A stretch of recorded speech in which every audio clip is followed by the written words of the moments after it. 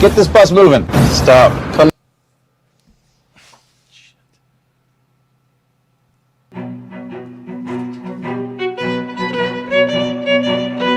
Hey, Braves Country, Mac McGee here for American Rebel Beer. From the mountains to the prairies to your pint glass with white foam, we're bringing back beer with a backbone. All that matters in our brew is taste and a touch of American excellence. American Rebel Beer, born in the USA.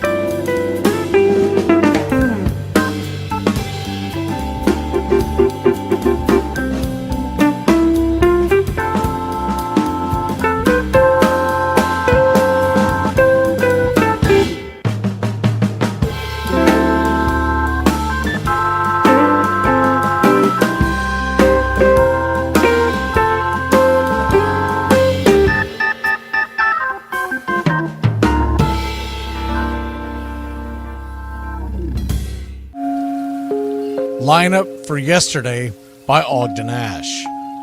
A is for Alex, the great Alexander. More goose eggs he pitched than a popular gander. B is for Bresnahan, back of the plate. The Cubs were his love and McGraw his hate. C is for Cobb, who grew spikes not corn, and made all the basemen wish they weren't born. D is for Dean, the grammatical diz. When they asked who's the tops, said correctly I is.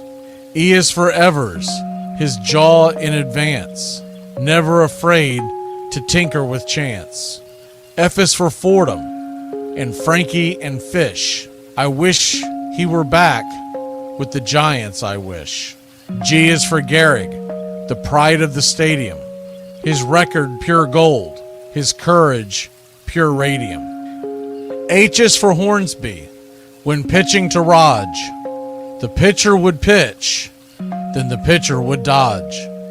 I is for me, not a hard-hitting man, but an outstanding all-time, incurable fan. J is for Johnson, the big train in his prime, was so fast he could throw 3 strikes at a time. K is for Keeler, as fresh as green paint, the fastest and mostest to hit where they ain't. L is for LaHoy, whom Clevelanders love, Napoleon himself with glue in his glove.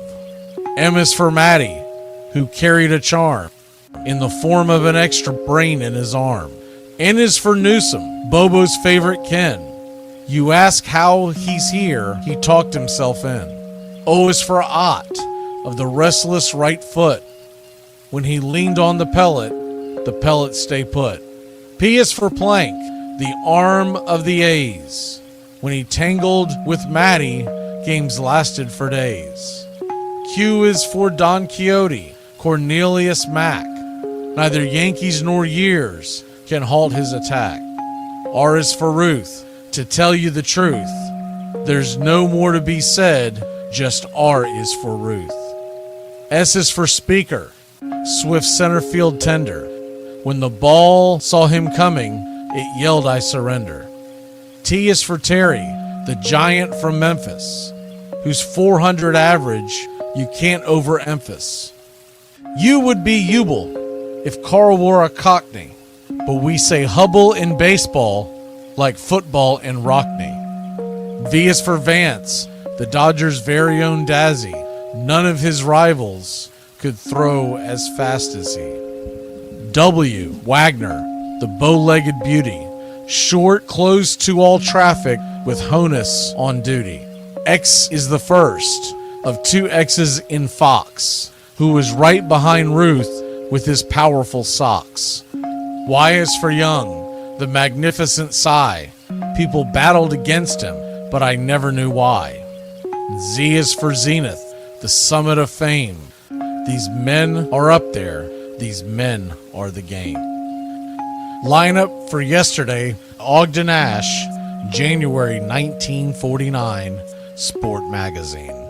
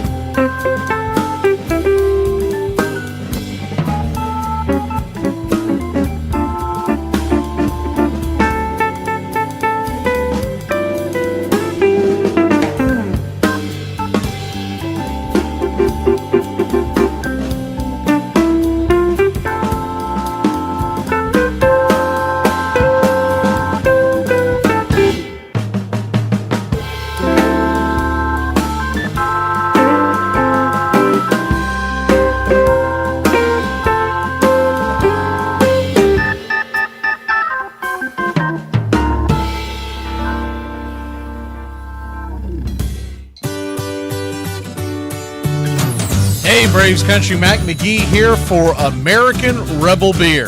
America's patriotic light lager, all natural ingredients. Stand tall, be proud. The perfect beer to celebrate life, liberty, and your pursuit of the American dream. America's patriotic light lager, offering a crisp, clean, bold taste. Perfect beer to celebrate life, liberty, and your pursuit of the American dream. A beer with only 110 calories that tastes like a full-flavored beer and celebrates like freedom.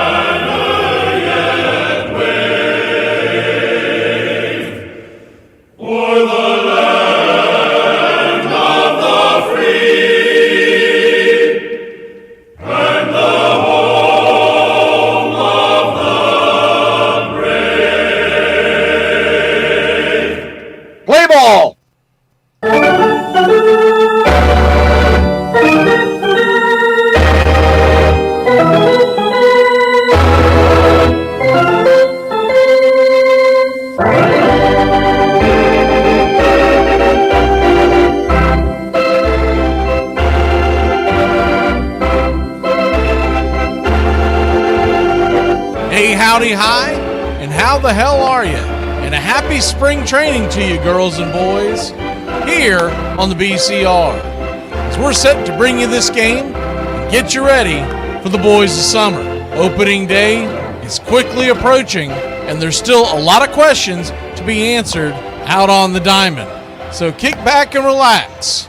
Grab you a cold one, as we're set to bring you pitch by pitch, play by play, the classic call of radio baseball. we'll hit the lineups as the game moves on. Wherever you are, we'll take you out to the warm sunshine and the beautiful blue skies of spring training baseball. Make sure to hit that subscribe and set the alerts, as we've got a full docket of spring baseball coming your way leading up to opening day. So with the spring in our step, the wind at our back, and the sun high in the sky, let's put it all aside and head out to the old ballpark.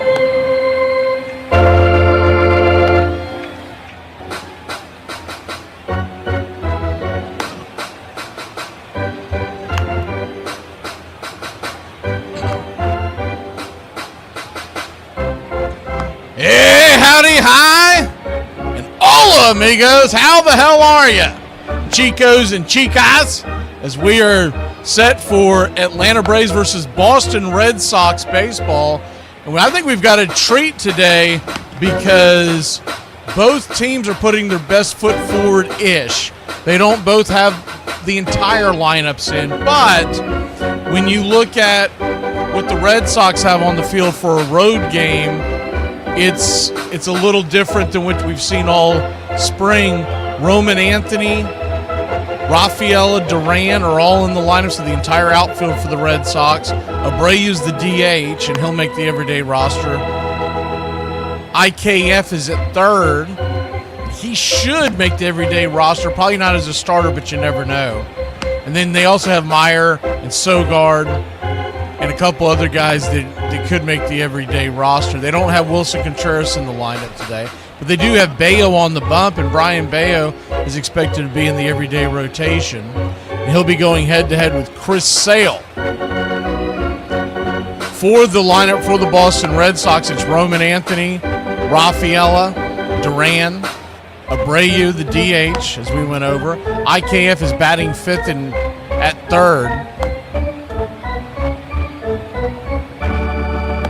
Marcelo Meyer is batting sixth and at second. Sogard is at first and batting seventh. Capra, the shortstop, batting eighth, and DeLay is behind the plate. Bayo on the bump. Bayo's only thrown an inning in a third so far this spring.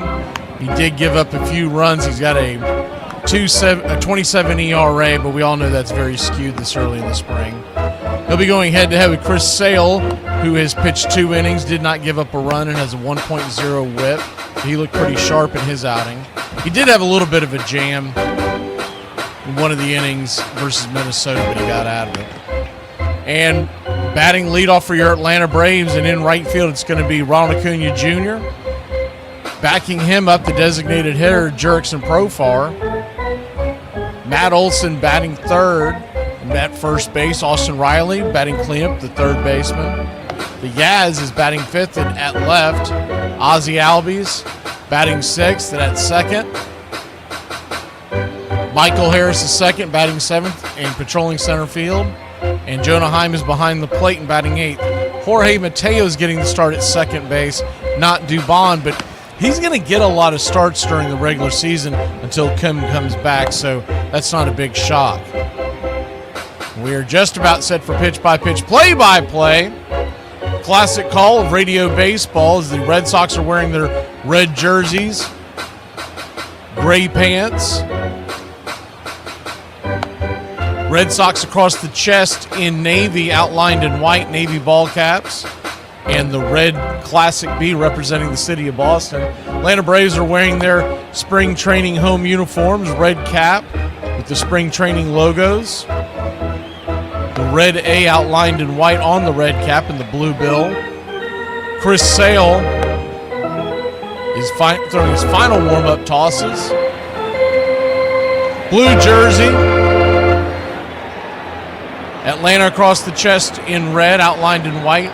Red piping on the sleeves and down the middle of the jersey. White pants, red piping. And we're just about set for pitch-by-pitch, play-by-play. As soon as they kick in the game on our normal scoreboard, we'll put that on the screen. We'll just have that there so it doesn't jump around on you.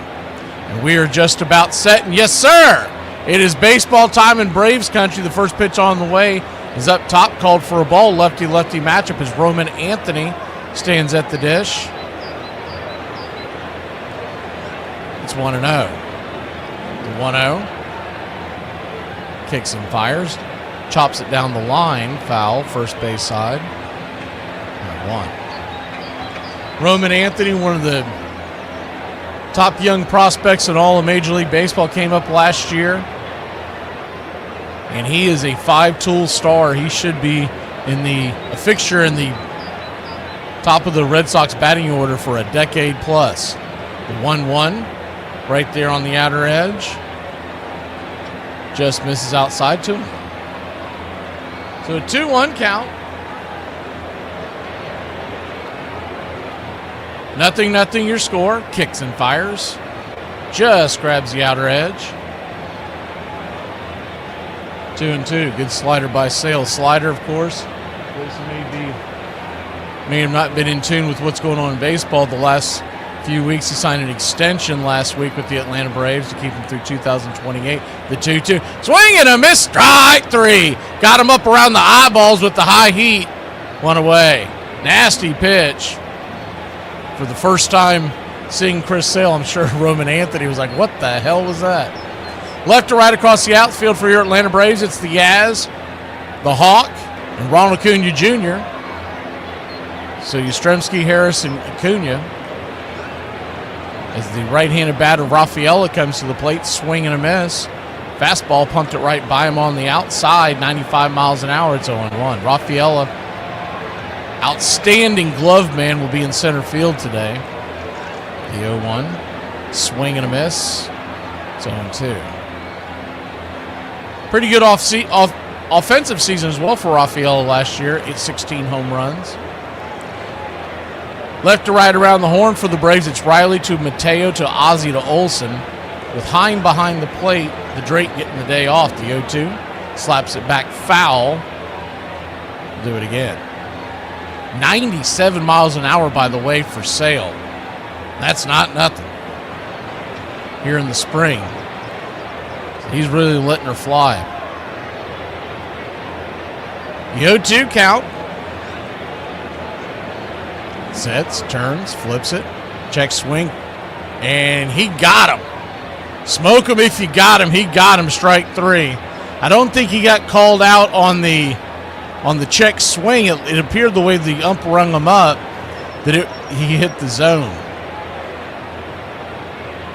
And looking at the replay on the monitor, it did hit the very bottom of the zone. That was a knee buckler. Man, Chris Sale is in midseason form here in the second start of the spring. Wrap him up, bubble wrap him. Let's get him to the start opening day. First pitch on the way to Durand is swing and a miss. It's 0-1. The 0-1. Kicks and fires. Wham! That ball's lifted high and deep. Going back on the track. Good night, Irene. That ball was smoked into the upper deck behind the right field wall, and it's 1-0. Boston Red Sox taking the early lead.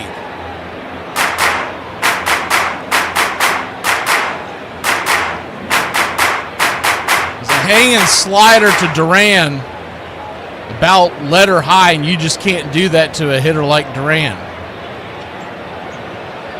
So would love to have that one back. He was aiming for the outer edge of the plate. It just hung up there and laid flat. So 1-0 your score.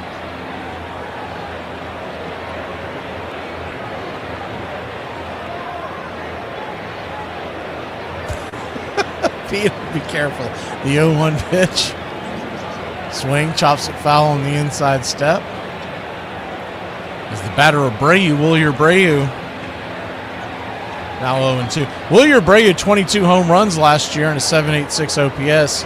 That's not the story, though. The story with Abreu is that he was pretty much platooned, sat against lefties, and they said they were going to give him an honest shot at going up against lefties, and you see it today with them having him in the lineup versus Chris Sale. The 0-2 pitch. Just below the knees. 1-2. 1-2 count. He's gone sinker, changeup. He might be staying away from that slider, wanting to retool it between innings. The 1-2 swing, chops it over to first. The sinker got him. It's going to be a 3-1 putout, and that'll end the inning. But not before the Red Sox put one on the board. We'll be back in a flash. The Braves will grab the sticks when we return.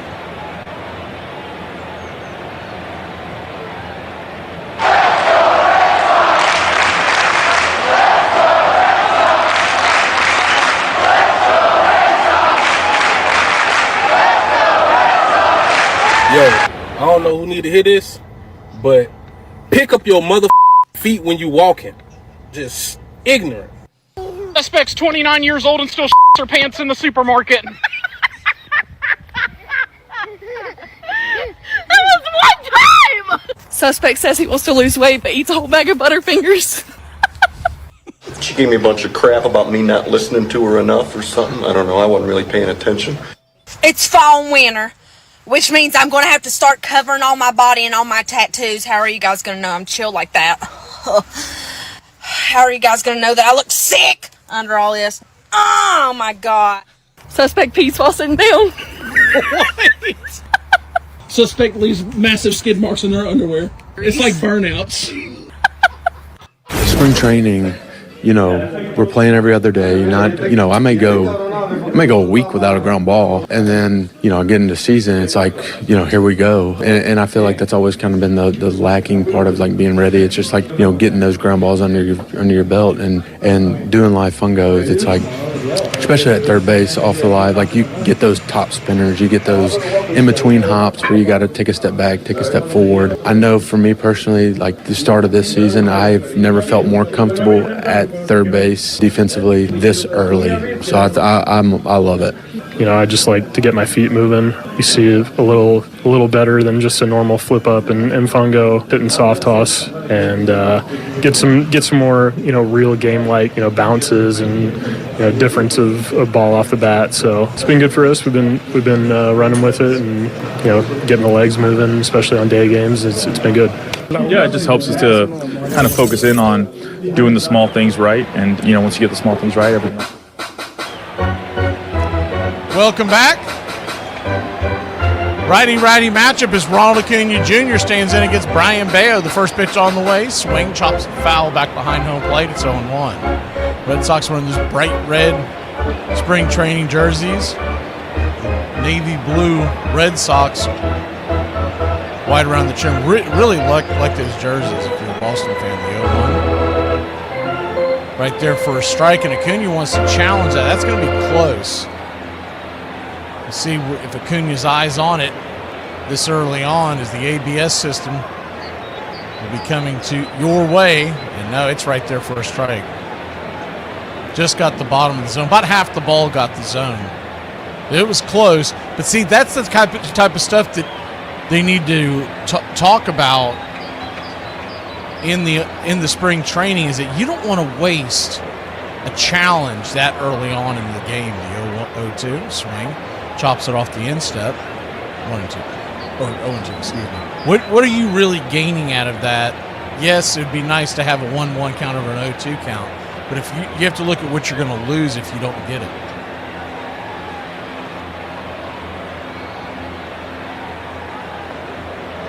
They got the wind listed at 10 miles an hour and 79 degrees at first pitch, but I'm telling you, that ball's whipping out there. That wind is whipping out there.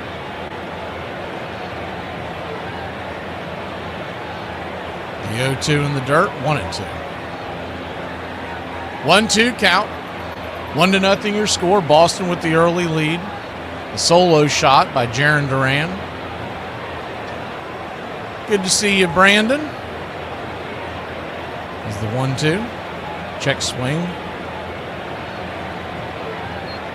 We're going to try to squeeze in roll call here in a second.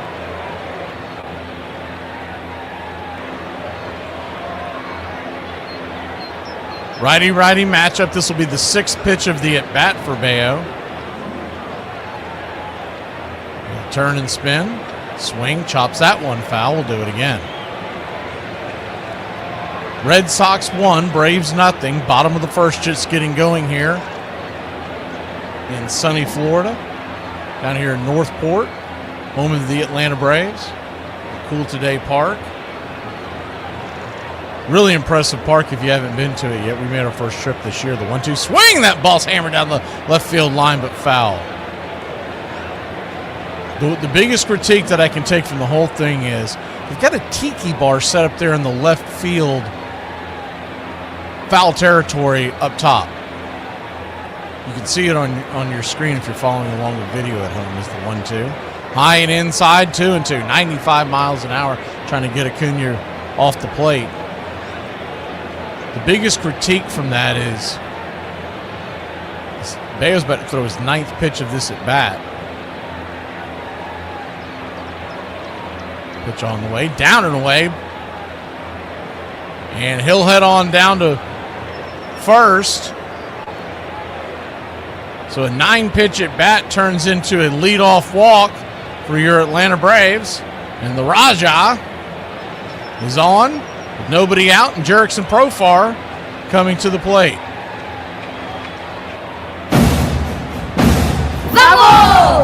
Bravo. They really need to get some monitors up there, what they call the tiki bar. Bravo.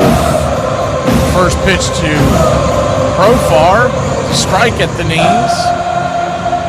It's 0-1. Profar, 14 home runs on the year, playing about half the year with the 80-game suspension for PEDs. 0-1, Acuna goes. Throw is good throw, but Acuna got a great jump. He'll just sneak in there under the tag.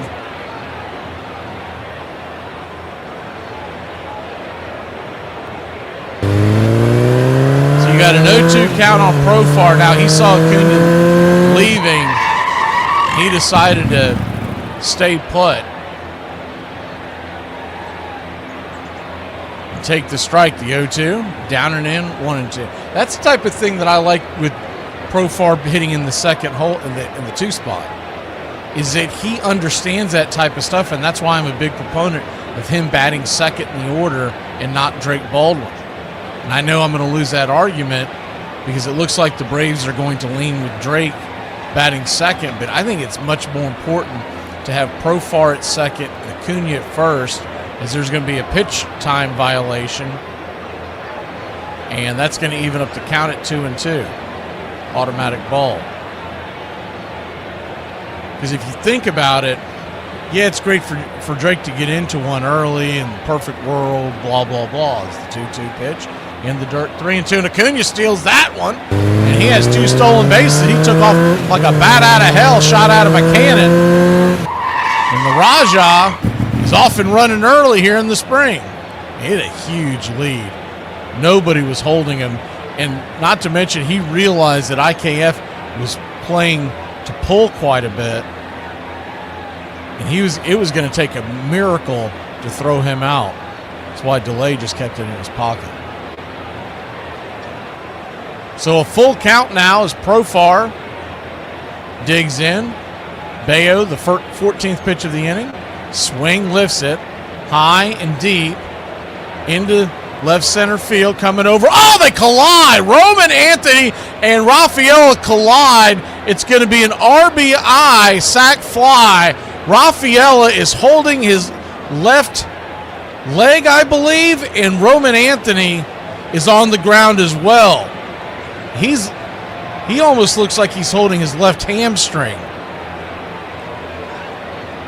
Not a doctor, but we do play one here on the BCR. The two of them collided. Roman Anthony made the catch. Now Anthony's holding his left arm. The trainer's looking at him. And Rafaela is sitting up, but Roman Anthony is not. He's still laying down. I mean, I say no matter what, you take them both out. There's no sense of getting more risking injury. That was a cutter on the inside, and Profar, I mean, man, they just clanked into each other. Wasn't a dead run, but they both did not see it. That ball is Rafaela's ball. He's the center fielder. Now, whether or not he called him off and Roman Anthony hurt it, et cetera, et cetera. Your guess is as good as mine. Raphael is holding the top of his left hamstring, and Anthony's still sitting as they're looking at his left arm now, flexing his elbow. I'd hate to see this happen to the Red Sox fans, to lose either one, much less both of them for any amount of time. That left arm is extended. They haven't shown the replay again in a little bit, so it's hard to figure out what he did with his left arm, excuse me. He's getting to his feet. Now, this could all be precautionary as well. They could just be making sure and flexing it and whatnot, but I think I'm getting him out of the game. I'm getting him out of the game in a regular season game to make sure that he's okay. But in a spring training game, no way in hell. I know they want these guys to get... Remember, he was supposed to go to the WBC for Corbin Carroll, who's injured. So now what does Team USA do?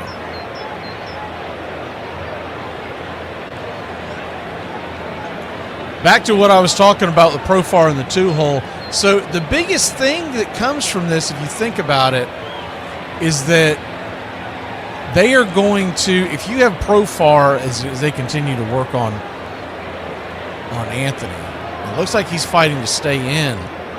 I just don't think I would let him stay in. I'm just being honest. It has nothing to do with us wanting to win. I mean, it's a spring training game. This is really just an exhibition. Get these guys in shape, et cetera, et cetera.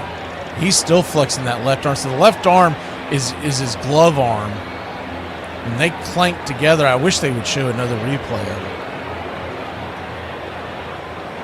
Him and Raphael are both staying in. I'm not saying that's bad managing. I'm just telling you what I would do. I would err on the side of caution. I would definitely have Anthony out. I'm probably taking Raphael out just because he was yanking on his hamstring the whole time Anthony was out there flexing his elbow. Here's Matt Olson, one on, one out. The score is tied at 1, so aces are wild here in the bottom of the first. As the first pitch on the way is a swing and a miss. It's 0-1. 0-1 count. Swing, pops it up, high in the sky. Foul territory underneath it, making the catch is IKF. 2 down. It had IKF alarmed enough to where he came all the way from third base. He was the first person out there to check on the both of them. But the reason why Profar, he is the highest on-base percentage of the team. Second highest in the National League last year. Now, granted, he only played half the season. It's the first pitch down and away to Austin Riley. It's 1-0. And if you just think about a normal first inning as the 1-0, swing and a miss, 1-1. The chances that Acuna or Profar get on if they both bat 1 and 2 are pretty good. Which means you have a guy on base when Olson comes to the plate, which is the whole point of this lineup, is the 1-1, swing and a miss, 1 and 2. And then I'm putting Olson at the 3-hole. And I don't care what you want to do, but to me, if the right-hander's on the mound, put Drake in as the pitch is outside wide, 2-2, went with the bender. If there's a right-handed starter, give me Drake in the cleanup. If there's a left-handed starter, give me Riley. Just flip-flop them. The 2-2, swing, pops it up, high in the sky. Can of corn over there at second base, F4 in your scorecard. The catch is made by Mayer, and that'll end the inning. But not before your Atlanta Braves tie it up. It's 1-1, and it seems like everybody's healthy, so that's good news for both sides. You're in Braves country.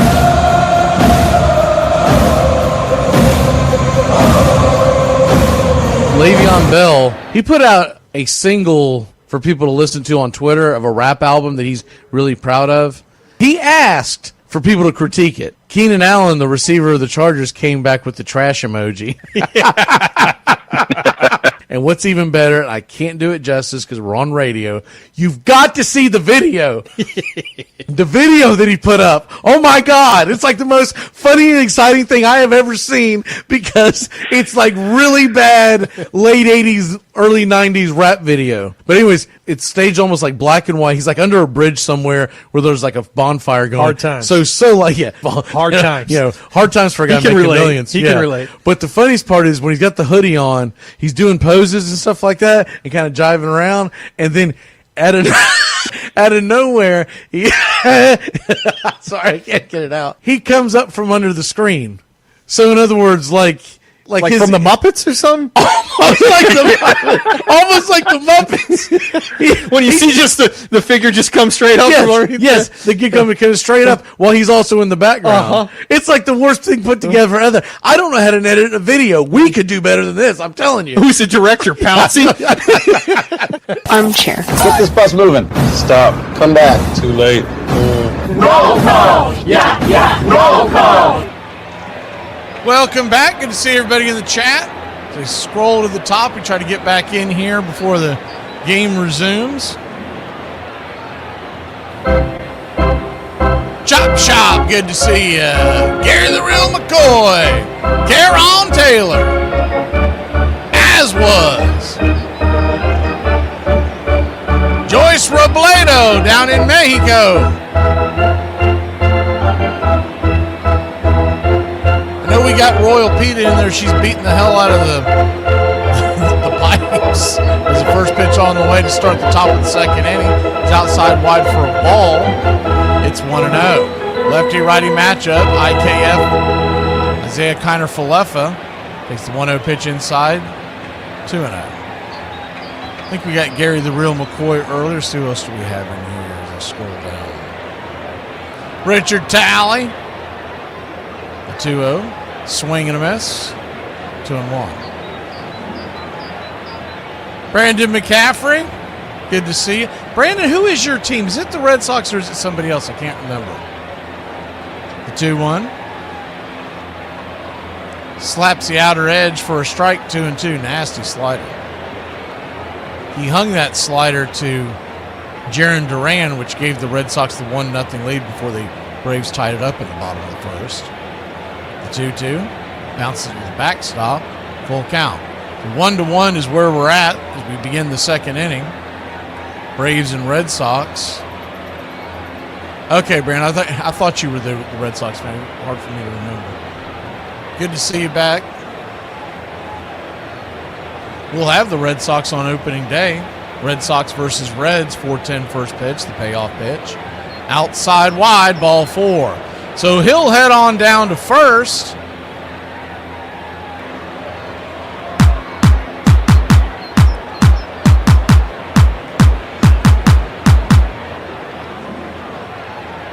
Runner at first.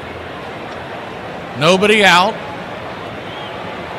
IKF will make room for Marcelo Mayer.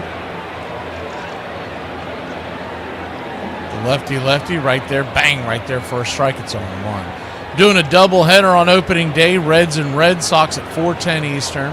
And then Cleveland versus Seattle at 9:45. The Braves opening day was pushed back to the next day, where we'll have the full coverage of that.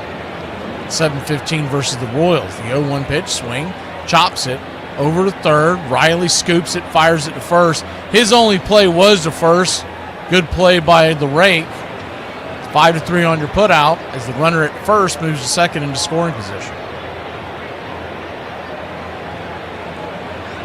Everyone loves Raymond in here as well. Good to see you. The plan is to have many. We're trying to map it out as we go, but essentially the teams are trying to focus on the out-of-town doubleheaders this year. As we're trying to get some AL East teams in here, obviously with the Red Sox and the Yankees, the Blue Jays. As the first pitch down and away for a ball, it's 1 out. We want to make sure to get some Mariner games. It's going to be a little difficult because of how late they play, but we're going to try our best. Cleveland, Detroit, 1-0. Swing, fouls it away.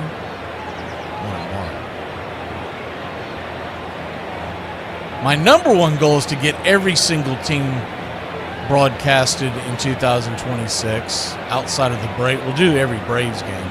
But I'm talking about the out-of-town games. So we're going to try to play that bingo. Get them all in. It's the 1-1. Swing, lifts it to left field, drifting in, making the running catch out there in left field. Slick play by the Yaz, F7 in your scorecard. 2 down. Of course, the Yaz, his grandfather, Carl Yastrzemski, Hall of Famer from the Boston Red Sox. Mike Yastrzemski, his dad was drafted by the Braves and played in the minor leagues for 5 years in the mid-'80s. That's how Mike Yastrzemski became a Braves fan growing up because of his dad getting him a Bobby Cox signed glove that he slept underneath his pillow every night. First pitch on the way is right there for a strike. It's on 1. Lefty-righty matchup is Capra, the number 9 hitter, the shortstop for the Boston Red Sox today. 1-1 your score. We're in the top of the second, runner at second. 2 outs. The 0-1, you go around, they check down the line. Looked like he did. He did. It's 0-2. They finally put up the umpires. They didn't have it up here for the longest time during spring training, but I see they finally put it in today. Thomas Fornarola is behind the plate. We did not see him at all last year, so he's new. Will Little is at first, Chris Segal at second, and Jeremy Rehack at third. All those guys were there in the 0-2. Misses high, 1-2. 1-2 count. Chris Sale sitting at 29 pitches. My guess would be he would go 3 innings today, as long as he gets out of this one pretty quickly. He went 2 in the first start, the 1-2. Outside wide, 2-2. And they'll just ramp him up little by little before we get to opening day.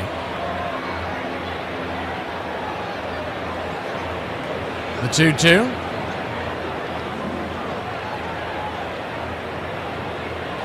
Comes set. Spins back to second base to chase the runner back. He'll hold on to the ball.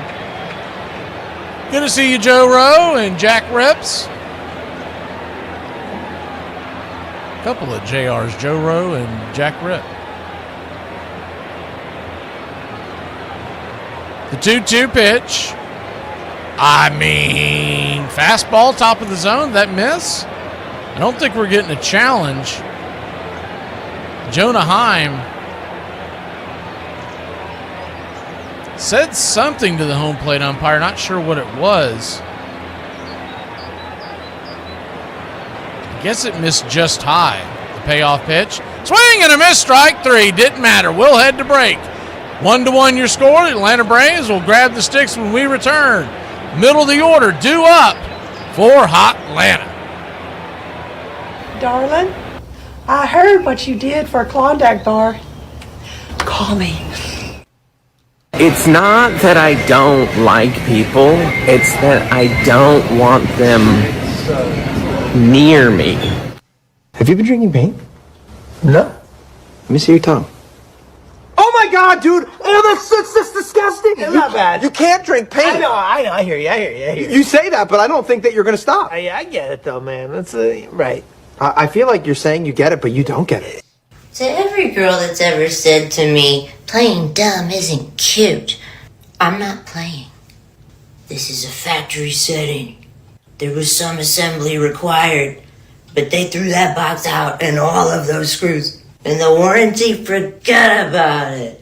So you and I are just gonna have to get over it, because this is as good as it's gonna get. In the final days of the 1959 season, the Braves, Giants, and Dodgers were locked in a 3-team race for the National League crown. Maury Wills lays down a perfect squeeze bunt to score Hodges. The Dodgers go on to defeat San Francisco 8-4. The Giants were done, but the Dodger euphoria was short-lived as the Braves beat the Phillies on the last day of the season to force a playoff few thought the Dodgers would survive. Milwaukee was so good that year and they'd won a couple of years before in the National League, and everybody thought, well, this is the team to beat. We were actually happy to end up in a tie because we matched up well with the Dodgers. We were very confident, and we fully expected to win the playoffs. But as they readied for the best-of-3 series, the Dodgers were undaunted. The Braves had a better team than we had, man for man, if you wanted to match them on paper. But we always knew the game is won on the field, not the paper. We went there to win.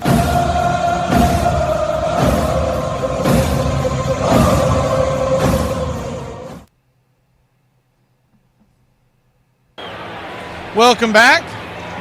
Brian Bayo, first pitch, misses out of the zone. 93-mile-an-hour fastball to the Yaz. Mike Yastrzemski, 1-0, the 1-0 swing. Hammered high and deep. Going back on the track. Get up, get up, get up. Get gone. A solo shot. And your Atlanta Braves put one on the board. It's 2-1 here in the bottom of the second.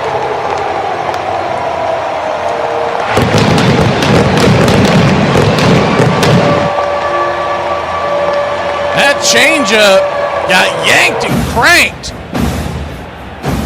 Just a flat changeup in the middle of the zone, very close to where Duran hit his home run in right field, the 0-1. Well, the first pitch on the way to Ozzie Albies is a swing and a miss for the 0-1. Bender in the dirt.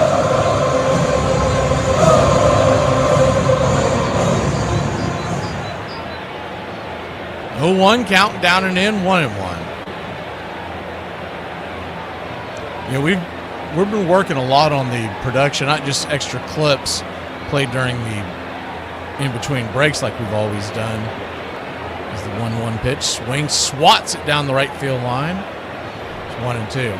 But some stuff you're going to notice in game that'll be changing, and we've added a lot of stuff that's going to really enhance the pregame leading up to it,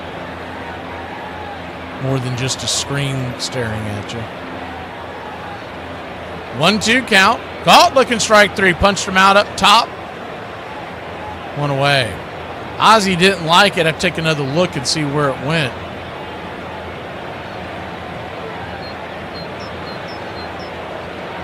It looked like he might have had an argument there. That was probably gets rang up if the screen's accurate that I'm looking at. Man, would it be close. First pitch up top is a ball to Michael Harris. It's 1-0. Righty-lefty matchup. Money Mike. Batting .250 this spring, the 1-0. Punches a fastball about letter high, 2-0. 2-0 count. 2-1 your score. Bottom of the second. The pitch swung on and chopped. High chopper over to second base. It'll be an easy flip of the wrist. 4-3 put out. 2 down.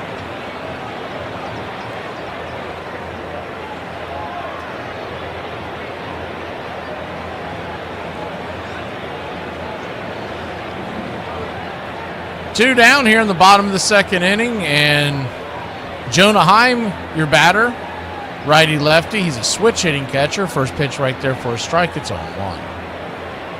The 0-1. Next week begins just a whirlwind of about 2.5 weeks of crazy spring baseball here on the BCRs. The 0-1 up top for a ball, 1-1.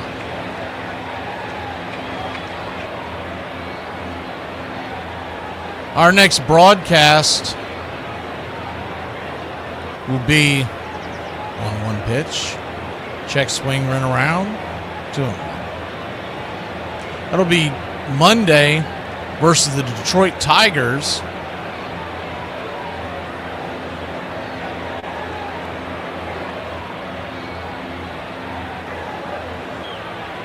Two-one count.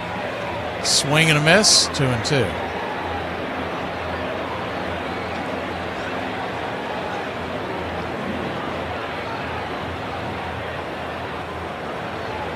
Braves have not announced who the starter will be. Good chance it's either Elder or Mahomes, depending on how they play out the weekend. Tomorrow is supposed to be Spencer Strider, while the rest of the starters get the rest on the road, the 2-2. Chopper back to first, and that'll be an underhanded toss, pitcher covering, 3-1 on the putout. But not before your Atlanta Braves take a one-run lead. The Yaz with the big blast here in the second inning. At least I'm a fun hot mess, like a train wreck full of pizza, fireworks, and glitter. Y'all, back when I was a kid, I could jump out of a swing mid-air and land on my feet, no problem. Now when I sleep on the wrong pillow, I wake up feeling like I fell out of a 12-story window. Hey, Braves country, I'm Mac McGee. Join us for Pitch by Pitch, Play by Play, the classic call of Braves country baseball. We're bringing you Atlanta Braves baseball all year long. Jump into our pregame show, Braves Country Today, just before first pitch. Stick around for the postgame show, Braves Country Tonight, where we will open up the phone lines and react to your calls or your comments all year long. That's Braves Country Radio, pitch by pitch, play by play, your home for the classic call of Braves Country Baseball. If your child is performing poorly during a recital, stop recording them in the middle of their performance so that they will see what a disappointment they are to you. To save face around the other parents, tell them you're just practicing for when your child gets on stage. And as the first game began, the Braves took an early lead. The Braves break the scoring ice. And then Dodger manager Walter Alston acted quickly, making the boldest of moves. He brought in his ace reliever Larry Sherry in the second inning. Well, he's the boss. He's going to pick whoever he wants, and he knows Larry wants to come in. And Larry wants to pitch. Sherry made Alston's gamble pay off as he completely shut the Braves down. He knew he could do it, and he wanted to do it, and he did it. And then Johnny Roseboro homered, and the Dodgers ended up with an improbable 3-2 victory.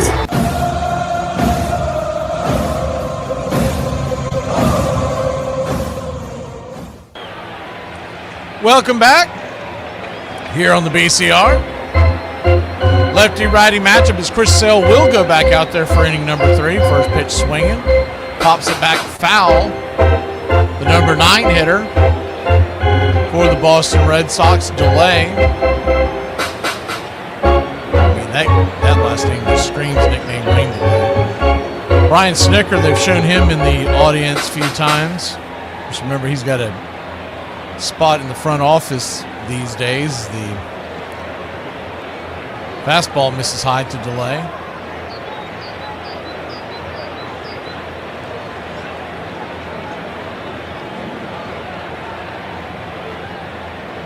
One. Check swing for a strike. Looked like it smacked the bottom of the zone. 1-2. 1-2 count.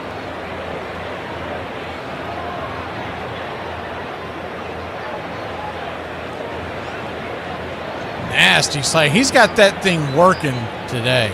He did give up the home run as the 1-2 misses down below the knees, 2-2. And it missed the zone, that 1-2 pitch. But I mean barely. It's got good shape on it. The 2-2. Swing, lifts it. High into right field. Taking a couple of steps back and then one forward, doing the old Texas two-step out there in right field as Acuna, F9 your scorecard. 1 down. I hope they get this figured out by opening day. I don't know about y'all, but MLB is driving me nuts with having to sign in every single day. Every device, every single day. Lefty-lefty matchup is Roman Anthony's back out there. Had a tumble in the outfield with Rafael. They both appear to be okay after a long check on them. It's 0-1. Anthony 0 for 1 on the day. The 0-1. Into the dirt. 1-1. Anthony struck out his first time up. I believe it was the first time he had faced Sale, but we don't have that information in the spring like we have it at our fingertips. Big time prospect for the Boston Red Sox. The 1-1 pitch. Swing! That ball's ripped up the middle. It's a worm burner. And he'll get on with 1 on, 1 out. It's a single for Roman Anthony. The Roman candle appears to be okay.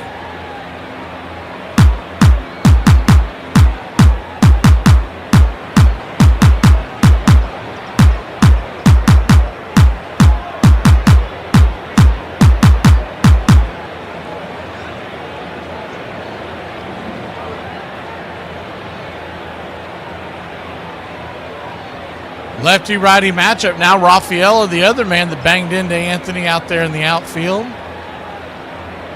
is outside for a ball. It's 1-0. You really got to put that on Anthony. Youngster slamming into his center fielder. Is the 1-0. Swing. Fouls it back.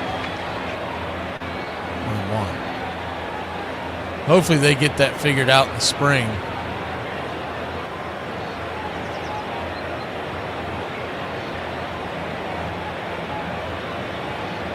Rafaela from Curacao, so he's a countryman of Ozzie and Profar.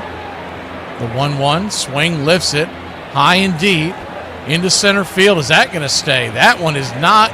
It's gone. So a 2-run shot, and the Boston Red Sox take a 3-2 lead. Hard hit ball over the wall. Fastball just too high in the zone.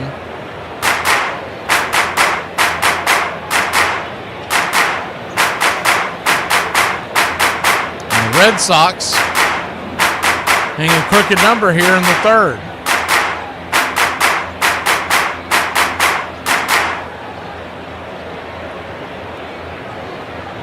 100%, Brandon. That's it.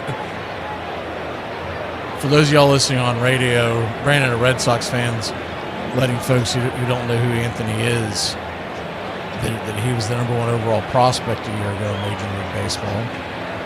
The first pitch to Duran is upstairs for a strike. It's 0-1. That's why the Red Sox signed him to a long-term deal before he ever really got the wet from behind his ears. Pitch on the way is bounced over to second. That's going to be a 4-3 put out, 2 down.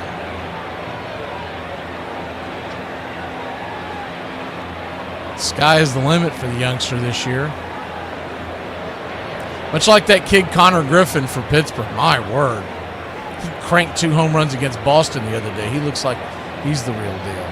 They're going to go get Chris Sale out of there with 2 outs. Weiss just trying to monitor his pitches. We'll introduce the right-hander when we come back. It's 3-2 Boston. Braves and Red Sox down here in Northport in the Grapefruit League. I'm going to start dating for money. I'm not dating for love. Okay? Because dating for love has cost me. This is a bad investment. Shouldn't. Yeah, you should never. Do you? Yes. Nuh-uh. Do you really? Do you not? Hell no. You've never done it? Ever. You never wanted to do it? Oh, yeah, I wanted to. Maybe you should do it. Nah. I think you should fucking You're do bad. it. I can already tell you're a horrible influence. I'm about a damn sucker for a cold beer. It happens all the time. It's 1,050 degrees outside, so I'll get thirsty and I'll say, you know what sounds good? A cold beer. And I'll drink that one, and it's just not quite satisfied. It went down too easy. Or maybe just one more. And then 15 beers later, I'm drunk. And then I'll have me a little nap, and I'll wake up feeling like my sweat will smell like a brewery. Blood is turned into concrete because I'm so ungodly dehydrated. Chug some water, and I'll have a come-to-Jesus meeting with myself, and I'll say, we're not doing that for a little bit. You have got to pull it together. And that lasts about 5 minutes. Ooh, look, a cold beer. And we're off to the rodeo. If you think I'm just going to have the one, then we do whole hog around these parts. We don't half-ass nothing. Except mowing the yard. I don't do that. If you ever feel like you just, want to be lazy, or like, for instance, me, my back was hurt, so we're going to get Walmart to deliver. Don't Y'all, I got 11 million text messages from these people talking about, can we substitute this? First, they want to substitute the water. That was fine. Then they text me and want me to substitute Dr. Thunder for Diet Dr. Pepper. Baby, I had Diet Dr. Thunder back in the day. We ain't doing it now. So I sent him a message, y'all. I said, do they have the 6-pack of bottles or the 12-pack of cans? Y'all know what he said to me. I don't know. I didn't look. What the you mean you didn't look? Ain't that your job?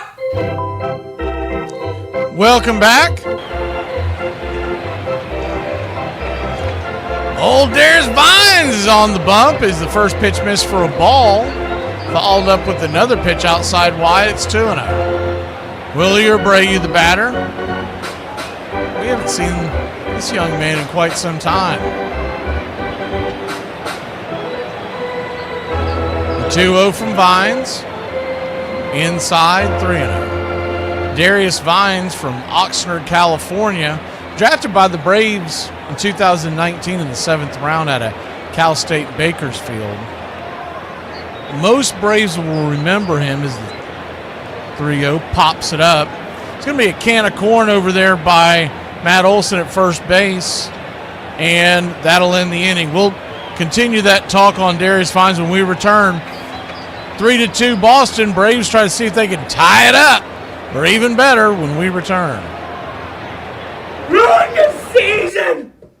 Ruin the season! Excuse me, you dropped something. What I drop? Your nose in my business. Don't try me. Ah, the real McCoy.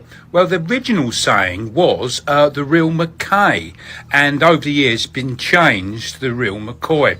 The couple of theories where that one comes from. The first one, there was a play in Edinburgh in Scotland, and the lead actor, Mr. McKay, was playing in a play called Rob Roy. And one night the extra took his place because he was unavailable, and someone in the audience says, well, that's not the real McKay. So that's one version. Another version of where it come from is Mackay's Whiskey. And they had an advertising campaign in the late 1800s, and they talked about the real McKay. And that's two versions where it come from. I asked myself if I'm crazy, and we all said no. So...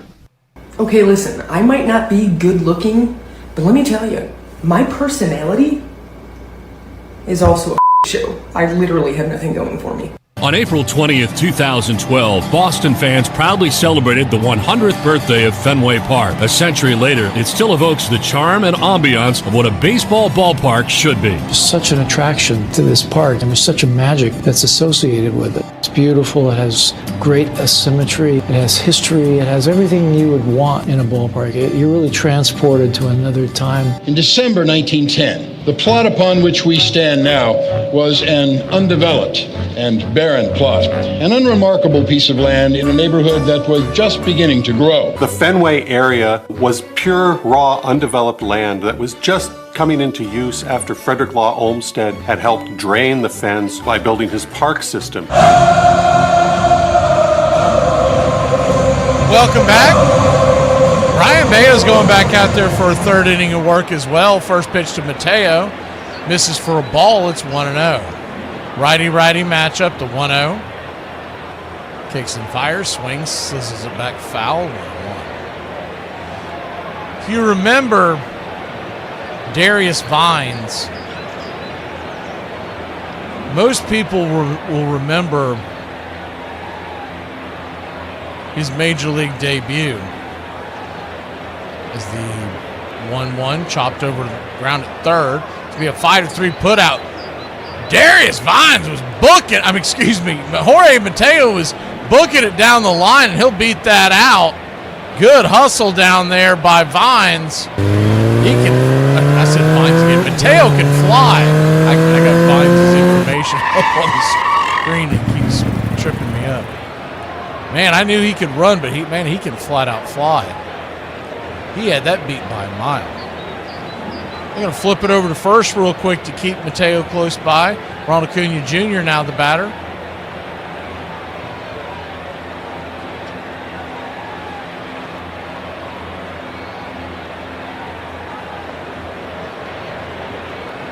Pitch on the way to Acuna is high and inside for a ball.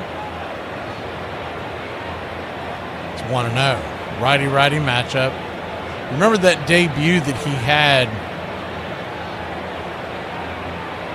in Colorado in 2023.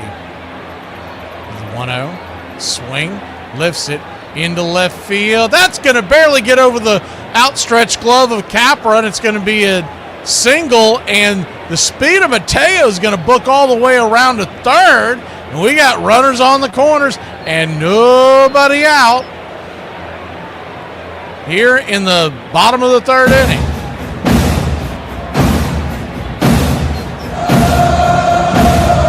Vine started his career in Colorado, had a no-hitter going for a little while, but went 6 innings, 2 earned runs. You remember 2023 at that spot, we had a bunch of injuries to the pitching staff, and it was basically, it was a much-needed start.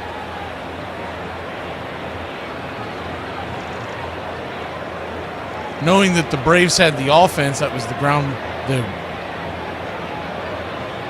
record-breaking offense in 2023, and in Colorado, you were just worried about the youngster getting pounded and hurting your bullpen. He came out, pitched well there, and then pitched in the month of September 4 other times as the 1-0 pitch is swing, lifted, high and deep, going back on the track, off the wall. 1 run will score. Mateo comes in, and we've tied the game up.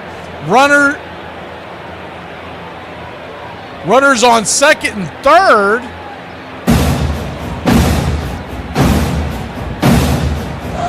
And nobody out. Acuna had to hold up for a second, or he probably would have scored.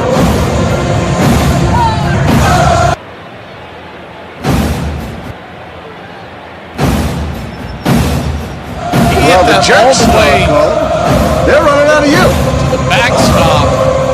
It's smart. It's a smart line, and a smart crowd will appreciate it. Hitters, and I'm not going to dumb it down for some bonehead mass audience. The way they have it out here at Cool Today Park is there is a yellow line that goes over the center field wall at the 400 mark just above it. If that ball hits above the yellow line, it's a home run because they don't have a differentiation between where the hitter's eye and the actual center field wall is. So it's just painted on there. And that just missed hitting above the yellow line.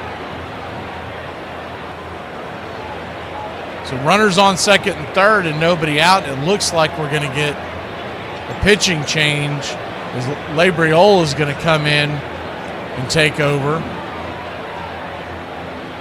Acuna, he's talking to the dugout, giving Profar a hard time because he felt like that ball should have went out, and he was basically motioning that the Profar needs to hit the weight room. Don't get too sensitive with that with Profar. You'll have him taking PEDs again. Let him be. 3-3 your score, second and third, nobody out.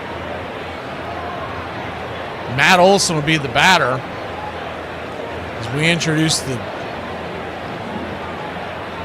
pitcher, PJ Labriola, coming in for the Red Sox. 6'7", 223 pounds. Was in the minor leagues last year in 2025 on 3 different levels. Made it all the way to high A. So he was in the Florida League, the Carolina League, and then high A. And an ERA of 4.28. There's no other information here on Labriola. I have to look him up. Is the first pitch on the way, lefty-lefty matchup inside. This is for a ball. It's 1-0.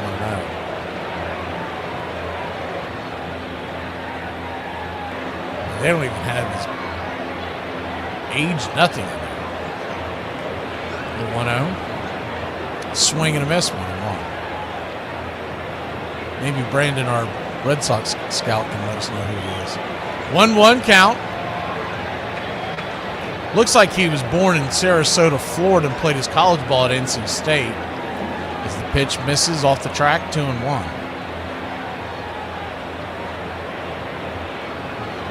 They don't have it listed how he became a Red Sox, but I'm assuming as a free agent after the draft. It's a 2-1. Misses wide, 3-1. 3-1 count.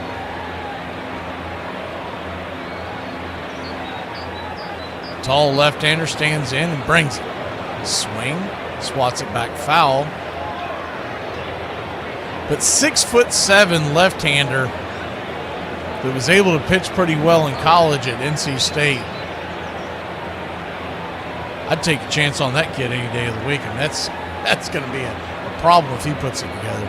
The payoff pitch, just off the plate wide, ball 4. So the Ice House will head on down to first, and we've got the bases loaded. Ducks all over the pond. And Austin Riley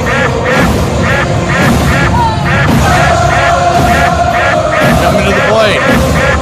First pitch on the way up, top 91 miles an hour. It's 0-1. The 0-1 count. Cunha at third. Profar at second, so good speed there, and Olsen at first. The 0-1 swing and a miss. Took a little bit off of that, looked like his change. It's 0-2. 0-2 count. They have it listed on the slider on one of the. It did not have slider motion. The 0-2. Down and in. 1-2. It's been bringing it around 94, 95 miles an hour. That one was 93. 1-2 count. Check swing. They want to challenge that. I don't blame him. That looked like that could end up as a strike. So the Red Sox are going to challenge that. Riley's talking to Delay behind the plate. What the hell are you doing to me, man? I'm trying to get some bats here in the spring.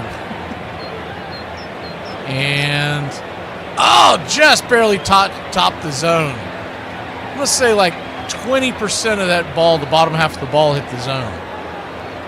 So Riley's down on strikes, and the bases are still loaded. Braves have tied it up with the Red Sox 3-3 here in the bottom of 3.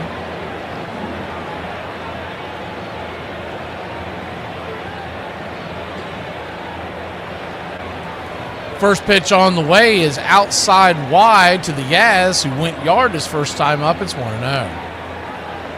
Yaz with the second home run of the spring. Hit the first one on opening day. 1-0, swing, pops it up. High and shallow left field, giving chase. That ball's going to drop for a base hit. And the runners had to hold, but they will all be safe. Acuna comes home to score, and sometimes it's better to be lucky than good. That ball was plopped down, basically the Bermuda Triangle out there, behind third and short, in front of left, where nobody could get to it. The Braves take a 1-run lead. Yes, baby! Yes-a-does-a-do! The Braves lead it 4-3. Profar had to hurry up because he was holding, expecting that ball to get caught, so he was flying into third. First pitch on the way to Ozzie Albies is down and in for a ball. It's 1-0. Ozzie now batting from the right side with the southpaw on the mound.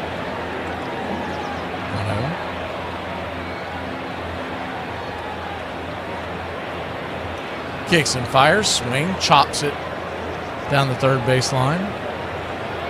1-1. Braves picked up the $7 million option on Ozzie this year. He's got one more, and he would be a free agent. I just assume they're going to pick up next year as well. Now with the new news of the new television, is the 1-1 swing and a miss 1-2. The new television market that the Braves are going to be able to bring in much more revenue. I would expect them to start extending some of these guys, including Ronald Acuna Jr. at some point this year. They're probably going to want to see where it's at as far as money goes, but I don't think you want to let him get to the CBA, the next CBA, before you try to lock him up. As the 1-2 chops a foul. It's going to take a pretty penny, but I think if you sign him now, you can get him cheaper. You wait till next year, and all of a sudden, time is not on your side, it's against you. The 1-2 count. Check swing. Did he go around? They checked down the first base line. He did not. I don't know how he held up on that. His full body was moving.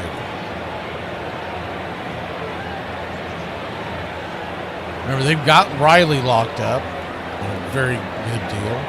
Same thing with Olsen. The 2-2 pitch. Swing, chops it back foul. You're going to have Sale under team control until he is 38 years old. So you wouldn't want to go much further than that until you see how he ages. The 2-2 pitch. Swing, lifts it high and deep down the left field line. Going back on the track. Bounces off the wall. And Ozzie hits second. Profar scores. Saw Acuna in the background. Olsen scores. And your Atlanta Braves, on a double by the Wiz, have made this a 6-3 ball game. Good hard hit ball down the left field line.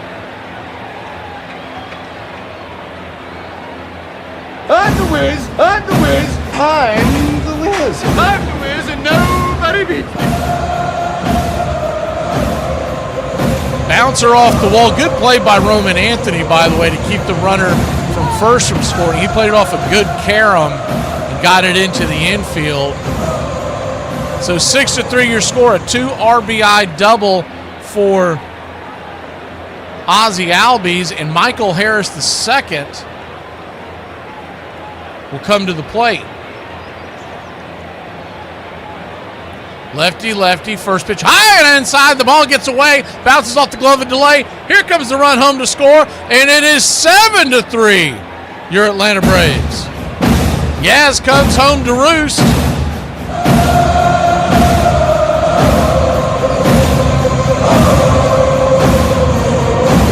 Braves are taking a 4-run lead.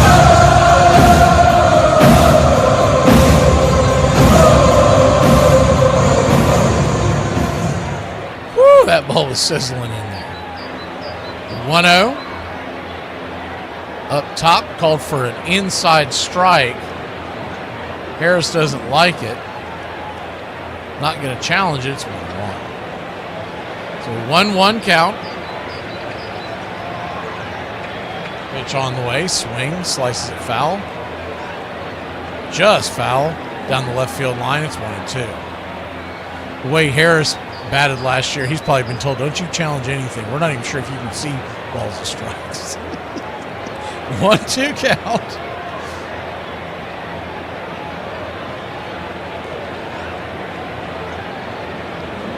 Braves 7, Red Sox 3.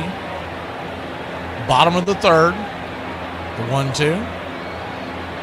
Just off the plate, 2-2.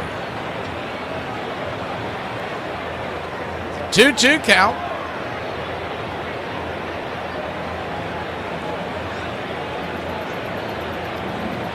Pitch, swing. That ball's banged up the middle. It's off the glove of Labriola, and it's going to be an infield single because of it. Money Michael get an RBI. What they know about that? God bless you, Mike. Keep your game tight. Never know. You know what I'm saying? I got a little razzle dazzle. Ozzie comes home to score.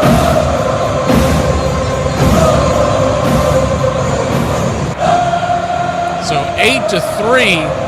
If he lets that ball go up the middle, the shortstop Capper's got a beat on it. Probably gets Harris, even with his speed. The moment he touched that ball with his glove and didn't come up with it cleanly, he just swacked at it going behind his going behind him. That's going to be it for Labriola. He gone. We'll be back in a flash. It's 8-3, 1 out here in the bottom of the third, and looks like we got a right-hander coming in. We'll introduce him when we return. Here's to alcohol, because no good story has ever started with a salad. Cheers. Dad? Yep.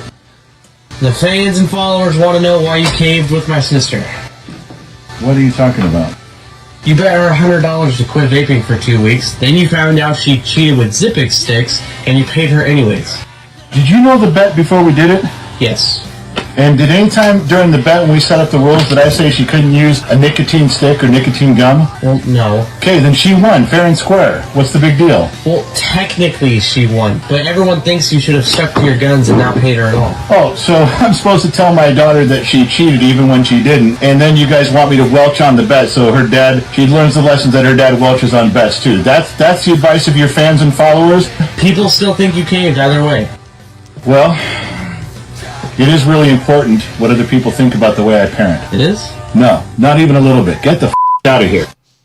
Back in Los Angeles for the second game, the Braves showed their championship pedigree as they knocked out Don Drysdale and took a 5-2 lead into the ninth inning. And with the unflappable Lou Burdett on the mound, the game seemed over. But then, like an echo from the past, the old boys of summer roared to life. Snyder and Hodges delivered key hits, knocking Burdett out of the game, and Perillo tied it with a sacrifice fly. Gil Hodges comes in with a tying run, and the Dodgers are anything but dead. We just got some momentum at the end. And then, with the score tied in the 12th, they reached back one more time. The Cinderella team of the National League, for the first time in history, a seventh-place club has come back to win the pennant the following year. We had no business beating them. What's for dinner?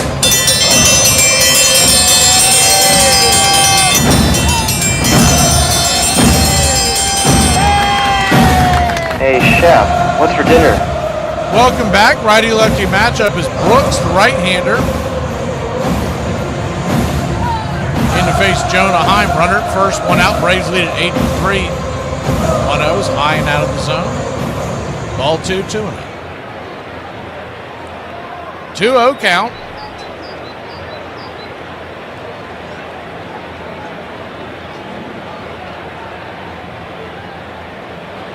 Pitch on the way. Just misses outside.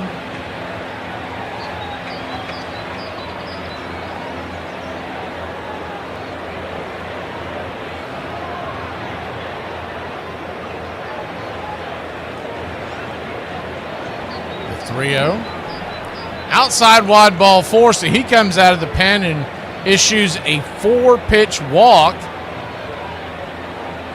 You know the Red Sox brass isn't going to love that.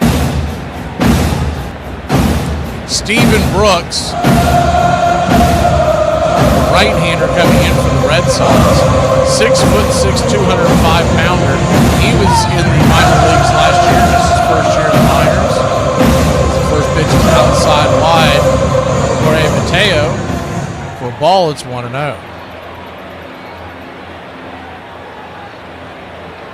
1-0. Right inside, 95 miles an hour, 1-1.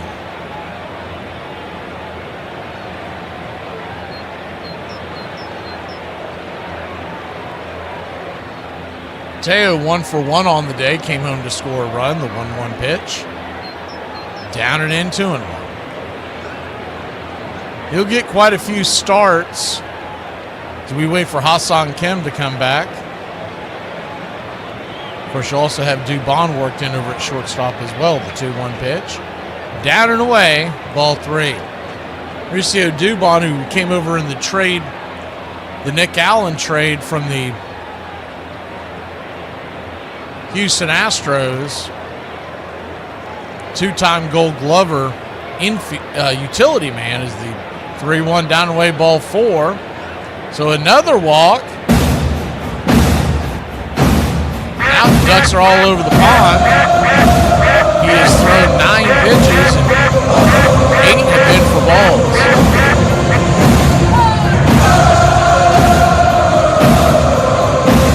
That'll bring the top of the order back up. Ronald Acuna Jr.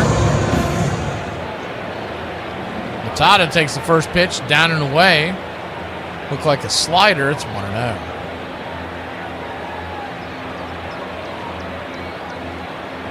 Acuna 1 for 1, a walk, a single, scored 2 runs, stolen 2 bases.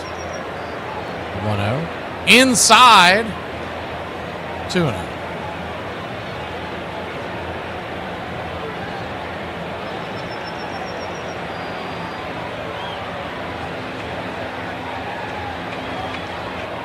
The 2-0 count. High and inside, ball 3, 3-0. Chop Shop, we're doing the Braves Country today at noon tomorrow. So if you do me a favor and put that in the post that we put up, I'll make sure to hit that up. As the 3-0 pitch, swing, pops it up, high and deep, into left field, going back, on the track. Are you serious? Zip, boom, bam, it's gone. Ram-a-lam-a ding-dong, a grand salami. Bravo. By the Raja. Acuna Matata. Bravo. Put some extra mustard on that grand salami. The Braves have taken a 12-3 lead. Bravo. Fastball right down Main Street. It drifted right into his sweet spot. Acuna lifted it. Balloon shot over the left field wall. The Braves lead at 12-3. Pitch on the way to Jerks and Profar. Fouls it off his foot. It's 0-1. 377 happy feet. How far did it fly? Is the 0-1 outside wide 1-1 count.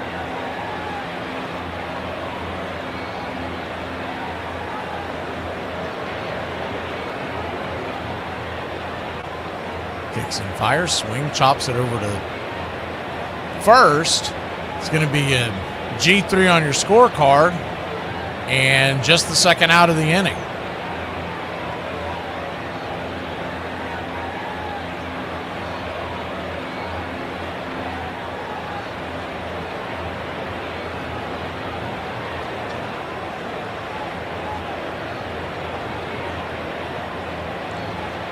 Matt Olson, the batter.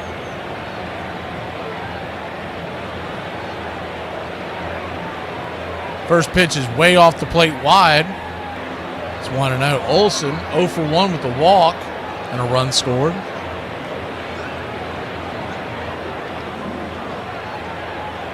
The 1-0 high and out of the zone. 2-0.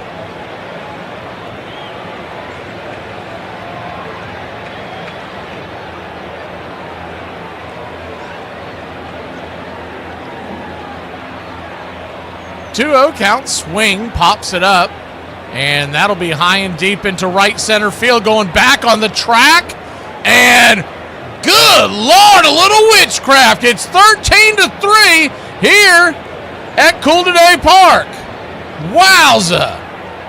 The Ice House goes yard.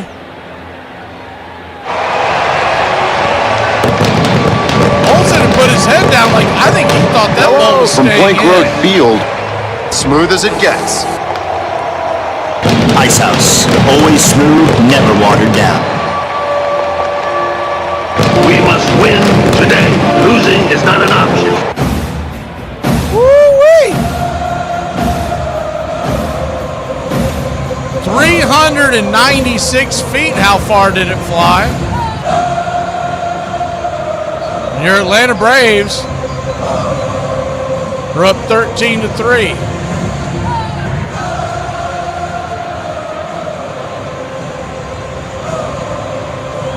Righty-righty matchup.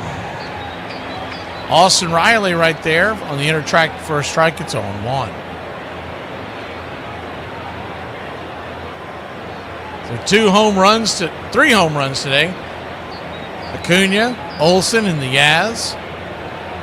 As the 0-1 swing and a miss. It's 0-2. Acuna now has 4 RBI. Profar, Yaz, and Ozzie with 2. Olsen and Harris also getting into the mix with 1. The 0-2 high and inside, 1-2. Well, 1-2 count. Yeah, this kid won't even sniff the major leagues. I mean, he just hit the minor leagues last year, but nonetheless, I don't feel like we were seeing a lot of this last spring. 1-2 swing and a miss, strike 3. Sampson might have to cut that hair, Austin Riley, but everybody else is locked in. It's 13-3. We'll go to the 4th here in Braves country. Do Irish people love being miserable all the time? Yeah, we do. It's good, clean fun. But yeah, I'll complain about your nephew who I never met and tell people what I think he should be doing with his life.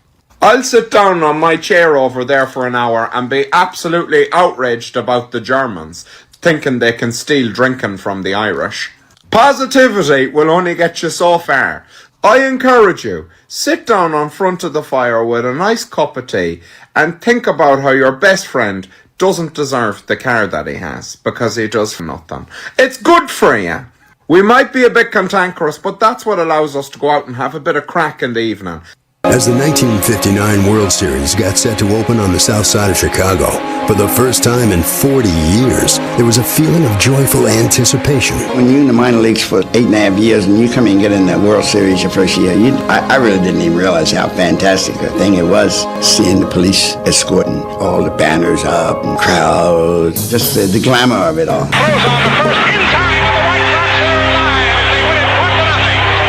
The decade of the 50s had been a time of great stability on and off the field. The 60s would bring explosive change across the country, but baseball would continue to provide a welcome oasis of continuity. Just like the 50s, the role of the National League's premier team would fall to the Dodgers, who were only just beginning to win in Los Angeles. They would capture 3 pennants and 2 World Series in the 60s. The Dodgers win 2-1 and sweep the series in 4 straight. All Bedlam breaks loose on the field. The Braves' run as a powerhouse was at an end. They would take many years to reclaim World Series glory. The team would move to Atlanta in 1966 and would not win a championship until 1995. The team of the 90s has its World Championship.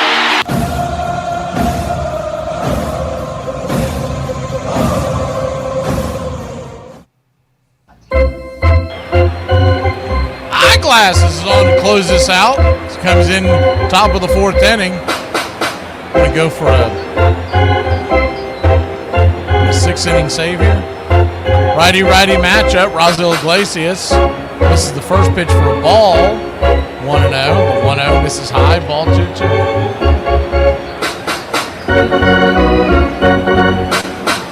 Runs on the board last inning. The Braves lead at 13-3, top of the 4th. 2-0 fouls back 2-1.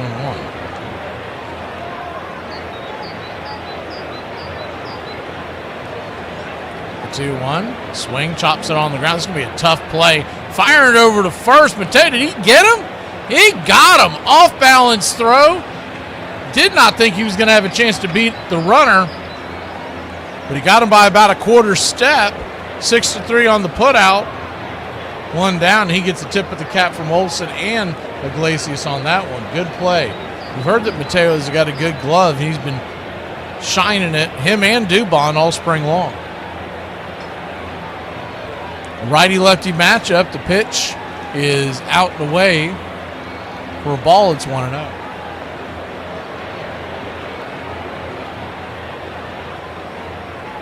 1-0. Sizzled back foul. Marcelo Mayer, the batter. 1-1. Mayer grounded out in the 2nd inning. So he's 0 for 1 with 1-1 pitch. Dropped that little nasty change. A little too low to him.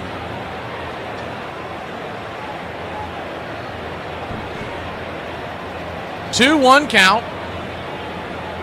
Missed again, 3-0. Iglesias will be your closer to start the season, but unlike other years, he is going to have a short leash. As the 3-1 pitch. Swing, that ball's blasted high and deep into right field, and she gone. Marcelo Mayer, 381 feet over the right field wall, and it's 13-4.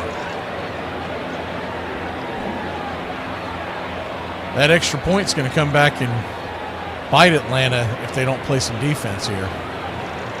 13-4 your score.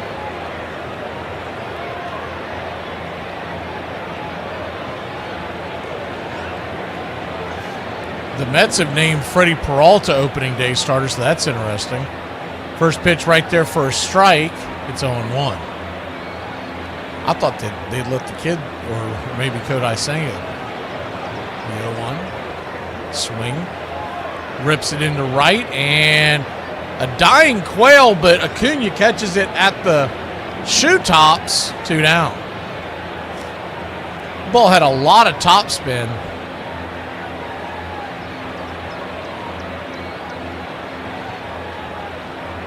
Four runs, 4 hits, no errors for the Red Sox.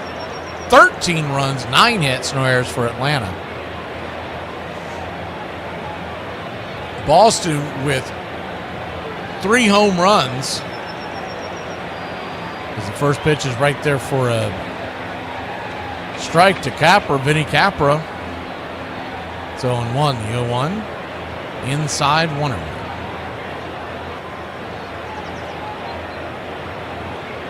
The Braves with 3 home runs as well is the 1-1 pitch. Swing, chops it deep into the number 5 hole. Austin Riley backhands it, spins, leaps, fires it to first, and that'll end the inning. Nifty glove work over there by the rake. We'll be back at a flash. It's 13-4. Atlanta will grab the sticks when we return. Hey, does anybody else feel angry as hell whenever somebody's in the kitchen at the same time as you? Or is it just me? This is the absolute chaotic career of Doc Ellis. He once pitched a no-hitter under the influence of LSD. In 1971, he finished 4th in Cy Young voting after finishing with a 19-9 record and a 3.06 ERA. During a game in 1974, he attempted to hit every batter in the Reds lineup and would only make it through 4 of them before the manager pulled him from the game. That same year, he won 8 consecutive games in 9 out of 10, pitching 7 complete games in that 10-game stretch. He admitted that wearing curlers produced sweat on his hair that he used to throw a modified version of the spitball. During the 1975 season, he was asked to pitch out of the bullpen. He refused not once, not twice, but 3 times before they suspended him for 1 game. After joining the Yankees in 1976, he won Comeback Player of the Year, winning 17 games, which was good for 8th in the American League. While pitching for the Oakland A's, he was asked to keep charts. Instead, he set them on fire inside the clubhouse, which in turn set off the sprinklers. All in all, Doc Ellis had a pretty great career, hitting double digits in wins in 8 of his 12 seasons. Not only that, he finished with a very respectable 3.46 ERA. Although his career had its ups and downs, I think it's safe to say he had a pretty successful career and shouldn't be just remembered for 1 no-hit. 1967. It was a tumultuous year and a decade of change. In the grip of often unsettling social unrest, America would see outbreaks of violence and eruptions of youthful rebellion. 1967 was one of the most unique years in American history, with everything was going on, a civil rights movement, a hippie movement, free love, tremendous unhappiness at the Vietnam War. But despite all the turmoil, there was still baseball to be played, and for the players, playing the game was as important as ever. Go back to any of the wars, any of the economies. It's a place where people can go and simply relax and to forget all their troubles and just concentrate on an afternoon of entertainment.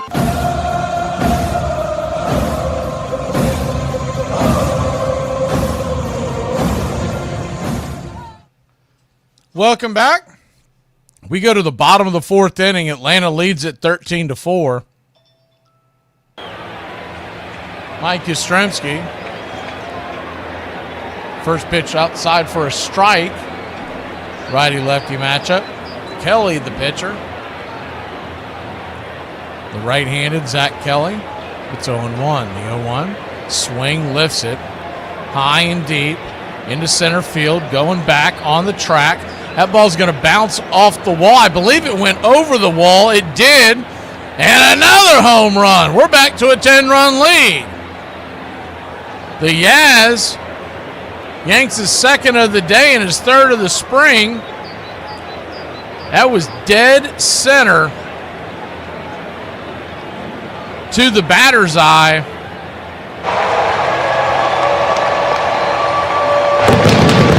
Hanging changeup. Zach Kelly, who last year was in the major leagues with the Boston Red Sox in their bullpen.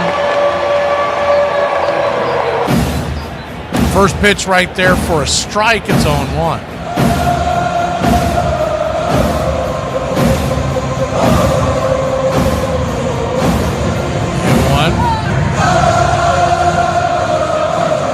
Ozzie Albies takes it down the way.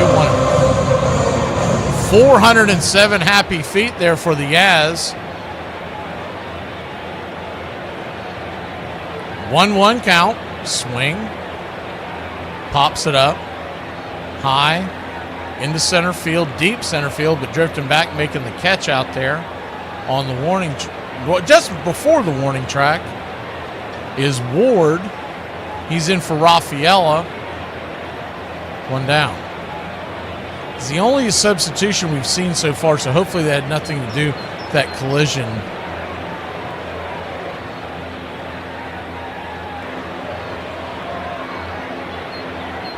Braden Ward in for Raphael in center.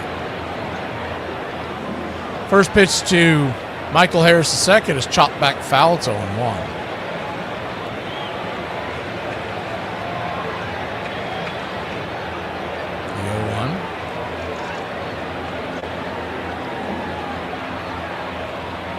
Down and away.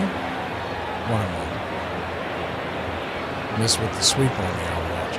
Michael Harris II. 6 foot, 195 pounder out of DeKalb, Georgia. Right there in the Atlanta area. Went to high school at Stockbridge. As the 1-1 bangs it down the third base line foul. Kind of did a double tap off the bat. He was drafted by the Braves in the third round back in 2019 out of high school.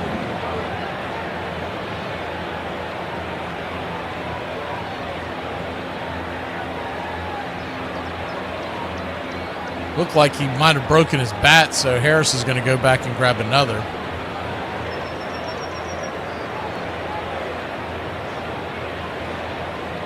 Wind is really pushing the ball to center field today. I mean, like I said, they had it projected as 10. It's got to be 15, 20 miles an hour to 1-2. Swing that ball slap down the left field line. It's going to get into the corner. Harris is rounding first, heading for second. And it's going to be a one-out double for Money Mike and your Atlanta Braves. 14-4 score here in the bottom. They know about that. God bless you, Mike. Keep your game tight. Never know. You know what I'm saying? I got a little razzle-dazzle.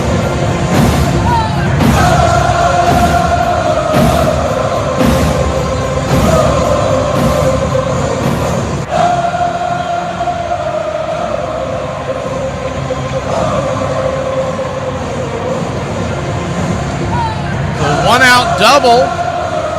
Make room for Jonah Heim. Heim takes one, P at the knees. It's 0-1. We just got to get to opening day healthy. Get some of these guys on the mend back. But everybody that's out there today, keep them healthy.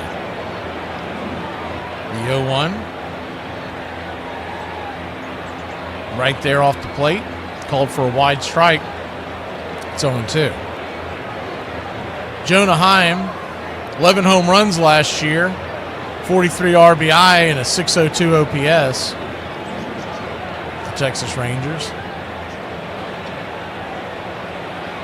Jonah Heim from Buffalo, New York there, JJ. The 0-2.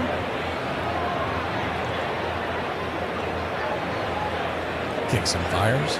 Swing, slices it foul. Chop Shop is a big Buffalo Bills fan. He lives up in that area. And Jonah Heim, 6'4", 220 pounds, out of Buffalo, New York. Went to high school in Amherst, New York. The 0-2, swing, lifts it.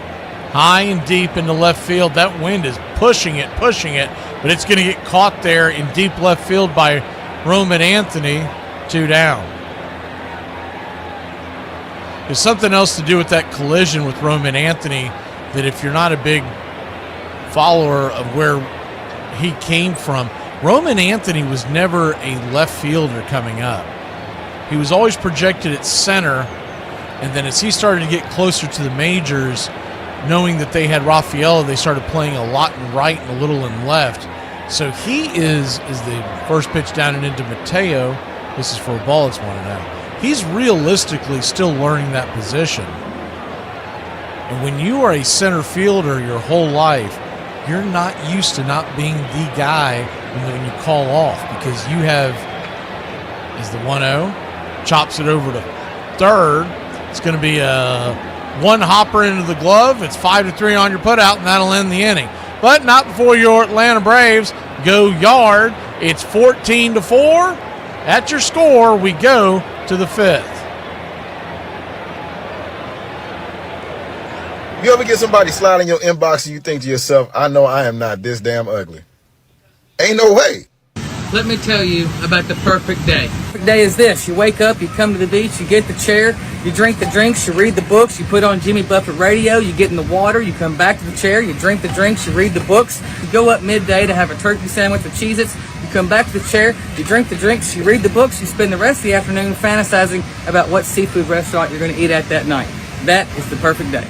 I cut myself because I was shaving without water. And why was there no water? Because I had to move your chair, which guards the floor, which made me call for Joe, who found bad pipes, which called for Cecil, who ate the cat that killed the rat that lived in the house that I either blow $800 in 3 days or stretch out $2 in 4 weeks. There ain't no in between. 1967. Baseball fans would have witnessed one of the most dramatic seasons in memory.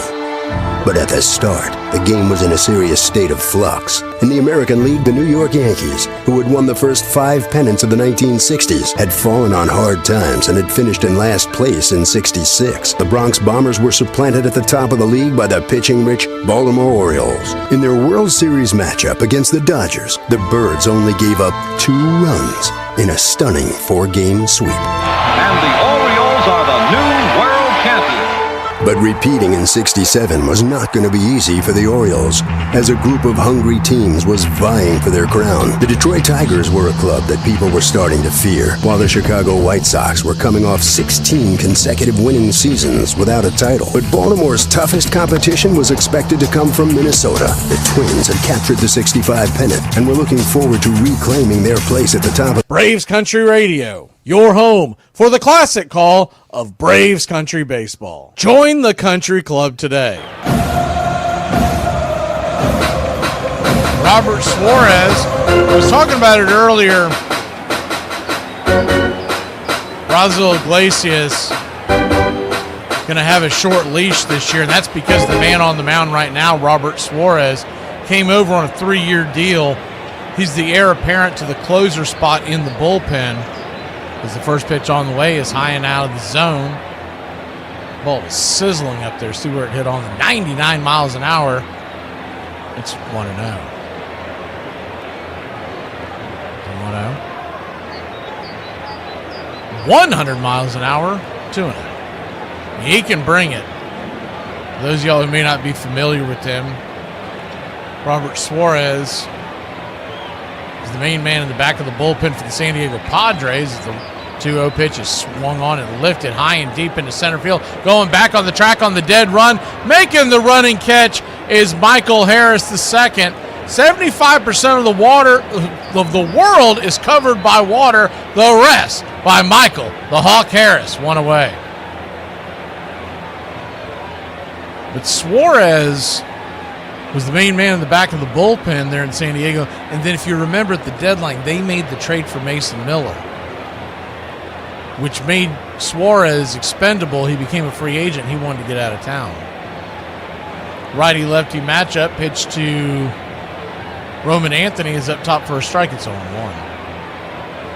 And how the Braves sold Suarez on coming to Atlanta was to let him know he was going to get some closing opportunities in year one, but he would be the guy in year two. Is the 0-1 right there, first strike? It's 0-2.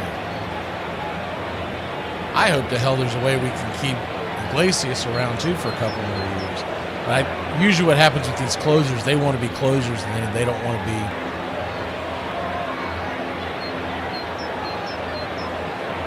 They don't want to be the bridesmaid. They want to be the bride. The 0-2 count, Roman Anthony.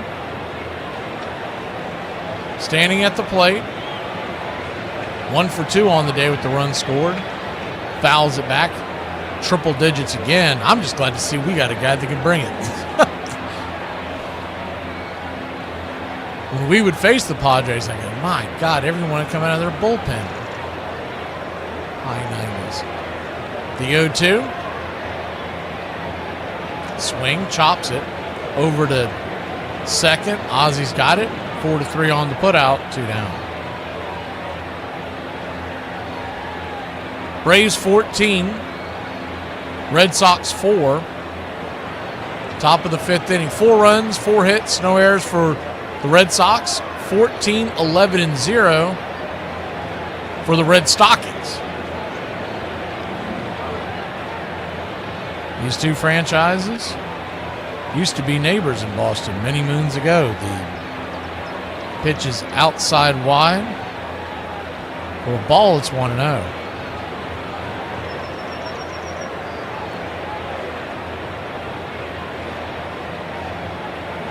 1-0.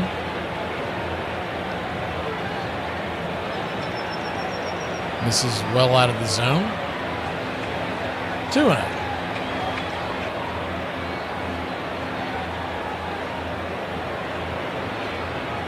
2-0 count. Swing. Swats it down the left field line, giving chase. That ball's going to fall into foul territory.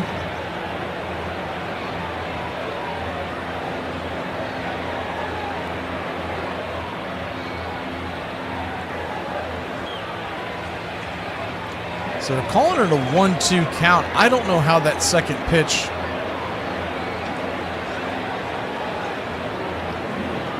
was a strike unless they said he went around, because that pitch was well out of the zone. 1-2 from Suarez. Outside wide, 2-2. And before this last pitch, they had 2-1 on the screen, and then they changed it. 2-2 count to Ward, who's in for Rafaela. Standing on deck is Duran. Pitch on the way is rolled over towards third, and Riley comes up firing, but no chance of getting the speedy center fielder Ward, and it'll be 1 on and 2 outs here in the top of the 5th.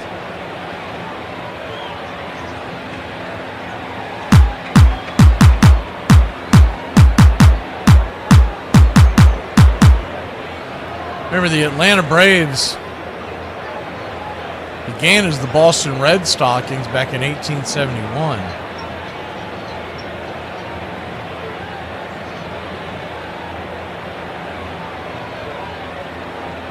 Righty-lefty matchup upstairs to Duran. It's 1-0. Then they went to the Red Caps and the Bean Eaters.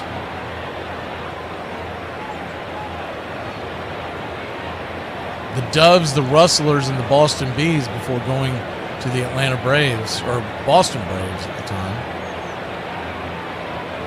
Is the 1-1 fouled away. Moving to Milwaukee and keeping the Braves moniker as they did when they moved to Atlanta. 1-1 count. Swing and a miss. 99 up around the eyeballs, 1-2.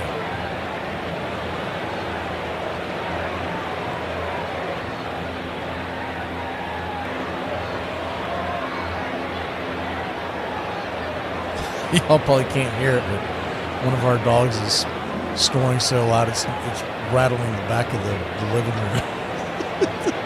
The 1-2. Every once in a while she gets going like that. It just makes me laugh. The 1-2 pitch. Swing and a miss, strike 3. 100 miles an hour in on the hands, and it looked like it hit the strike zone as well. We'll be back in a flash Bottom of the fifth we go. The Braves lead it by a touchdown and a field goal here in Northport.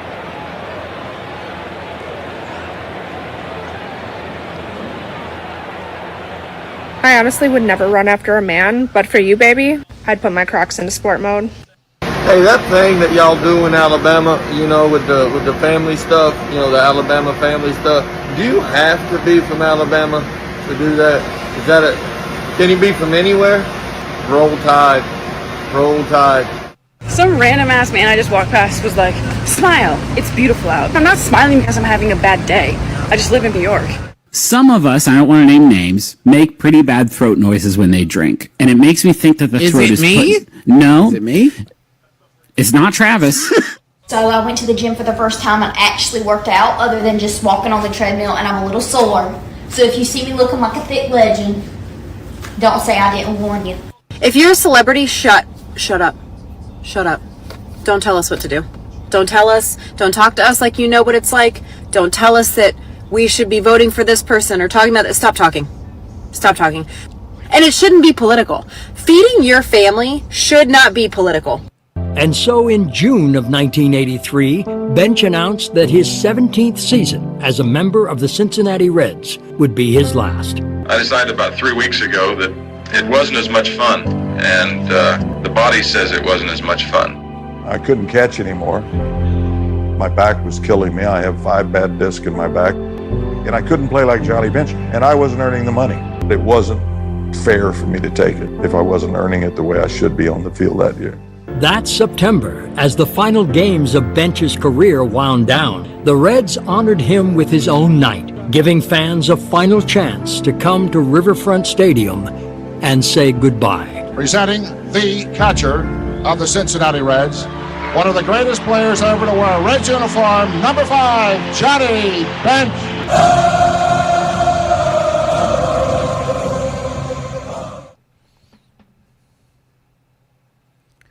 Welcome back. We go to the bottom of the fifth inning. Ronald Acuna Jr. leads us off. First pitch on the way, swing and a miss. 96 miles an hour from Keller. It's 0-1, the 0-1. Swing, chops it foul down the line. 0-2. Kyle Keller, drafted by the Marlins back in 2015, played his college ball at Southeast Louisiana. Is the 0-2 in the dirt? 1-2.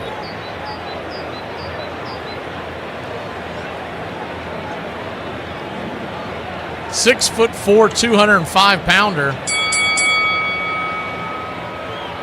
from, I'm probably mispronouncing this, but Metairie, Louisiana. Is the 1-2 inside, almost gets a piece of Acuna, 2-2.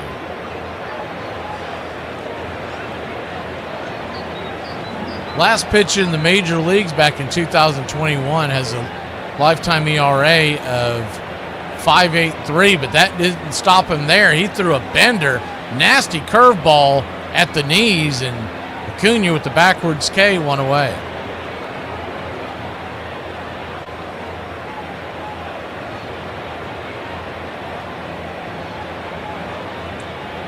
And why was Hickman bringing up the Braves losing the World Series in 1996?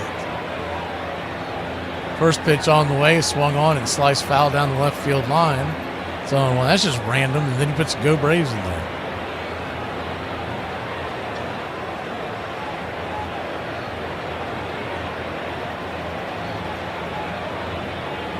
Hickman boys is turning into Newman. Hello, Newman. The 0-1 right there for a strike. It's 0-2. If you already got your head in the oven in February, something's wrong. The 0-2 count. Up top for the ball, 1-2. At least we'll have that fixed coming beginning of the season. They're supposed to be setting it up where I can only see the 1-2 swatted back foul. The club members will only appear on my screen. So a 1-2 count.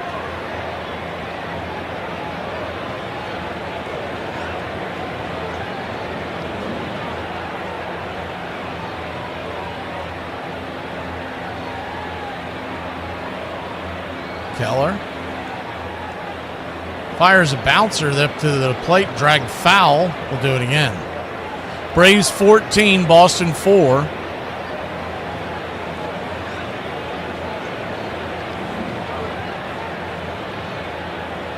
Pitch on the way. Check swing goes around, and strike 3. 2 down.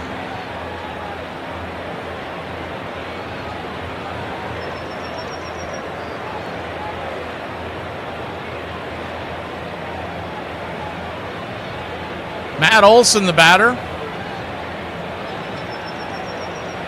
1 for 2 with the walk and a solo shot. First pitch is a curveball at the knees. It's 0-1. He's got that curveball working. They don't have a bio on him, but you're wondering why you haven't seen him in 5 years in the major leagues. Do you know he had an injury? I do remember him having an injury, but that's been quite a while ago. Pitch misses up top. It's 1-1. So a 1-1 count.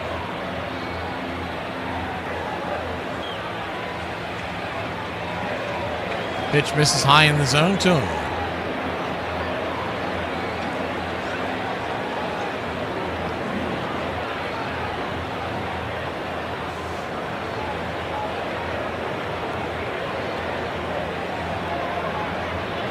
The 2-1. Inside, ball 3-3-1, 94 miles an hour. Not only, this is even more interesting, but there's just no data on him. His minor league career stopped in 2020, so he has not played in organized Major League Baseball, farm or above, in 5 seasons. The pitch is inside. Ball 4, and Olson will head on down to first.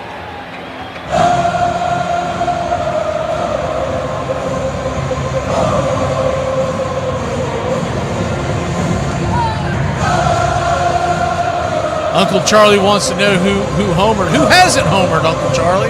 It has been a hit parade today. First pitch outside wide to Austin Riley. It's 1-0. Ronald Acuna Jr. had a grand slam, but as far as home runs today for the Braves, it's Acuna, Olson, and 2 by the Yaz is the 1-0. Down and away 2-0. And 3 home runs by the Boston Red Sox, 1 by Rafaela, 1 by Duran, and 1 by Mayer. 14-4 your score.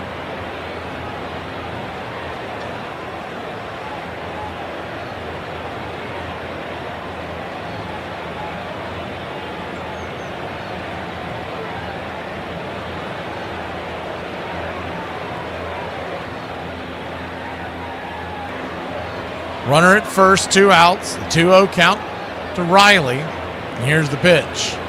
This is up top, ball 3-3-0. Man, if this Braves team can get a healthy, productive season out of Austin Riley, this offense could really end up clicking. The 3-0 pitch. Misses high and out of the zone, ball 4. Good take, good at bat by Riley. 3 of those pitches were right there on the edge of the zone. And he'll head on down to first.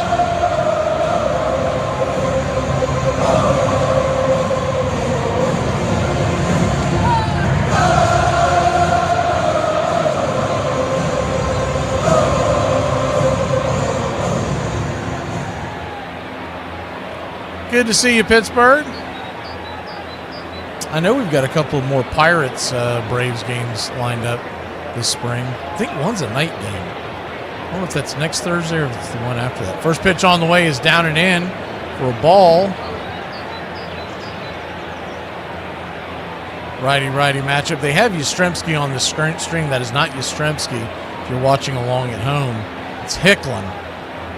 And Nacho Alvarez is pinch running for Riley. Gill is now pinch running for Olson. So a lot of the backups are starting to come in. As the pitch is up top for a ball, it's 1-0.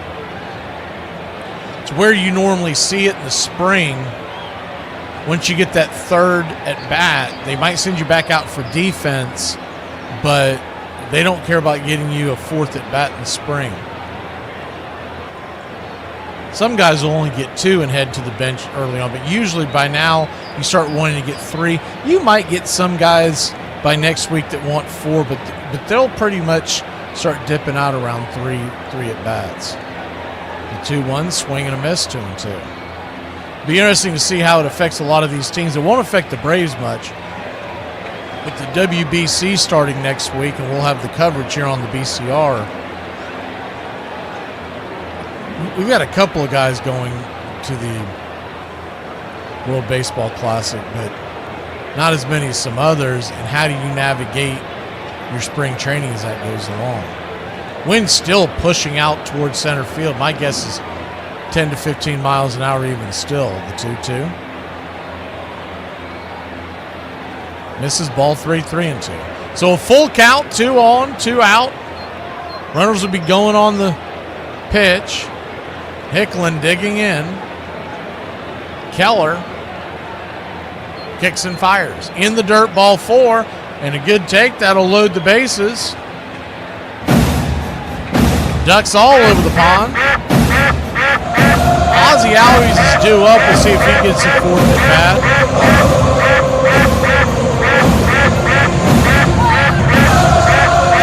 Billy Core is going to come out. He's seen enough from Keller. So we'll hit the break when we return. Bases juiced, 2 outs here in Braves country.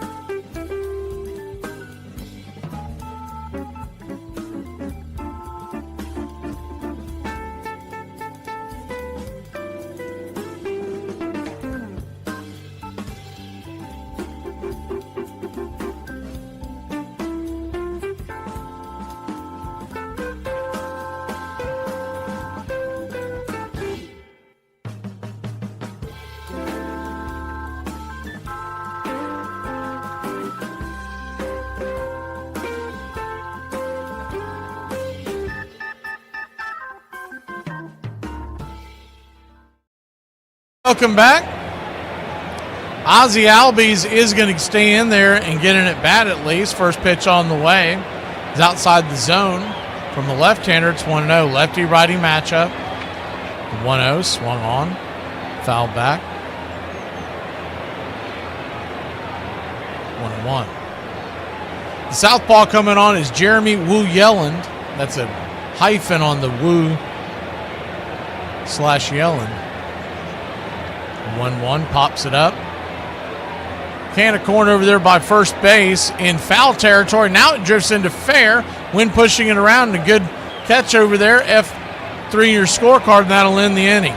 We go to the 6th inning, leading by 10, 14-4 your score here in Northport. Stop eating so much cheese. This is how much cheese you're allowed to eat, according to health insurance provider Bupa. So get your small matchbox out and measure it, you big whale. Does this look like a normal amount of cheese to eat? Wrong, you're gonna die. No health insurance for you. I'm just about to tuck into my normal amount of pasta. You're dead. You're only supposed to have 3 spoons. Hopefully you enjoy heaven, you fat. Next time I'm having a night of romance, I'm gonna tell her, it's not small. That's the recommended serving size. And if you're not satisfied with it, you may ring Bupa and check your facts. Now leave. I'm not in the mood anymore. And take this small box of matches with you for future reference. Bob was the intimidator, not the intimidatee. Gibson delivers. You know, there are a lot of guys that want to win, okay, in life. They want to be winners. That wasn't the case with Gibson. Gibson despised losing. And when he went to the mound, you weren't going to beat him. In each year that the Dodgers had won the pennant, Koufax had won the Cy Young Award and pitching's Triple Crown. Sandy Koufax gets his second consecutive shutout of the Twins. You're the best, Sandy. You're the greatest, baby. Koufax's dominating performances had carried the Dodgers to glory, but Sandy had paid a heavy price for that success, as he often pitched through excruciating elbow pain. Finally, after the '66 World Series, he decided that he could no longer endure the agony. With Koufax abdicating his throne as the king of the hill, Bob Gibson of the St. Louis Cardinals was one of the pitchers most able to succeed Sandy. The intimidating right-hander was a dominating presence on the mound who beat teams with his arm and his attitude.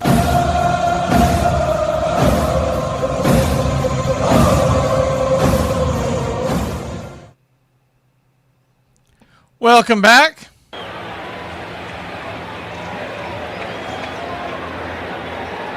(14-4) your score. Lefty-lefty matchup. Aaron Bummer, I haven't seen him yet this spring, comes on for the Atlanta Braves. Fires the first pitch in there for a strike, sinker up top, it's 0-1. Bummer expected to be more your 7th inning role left-hander as the 0-1 chops it over towards second. 4-3 on the putout. 1 away.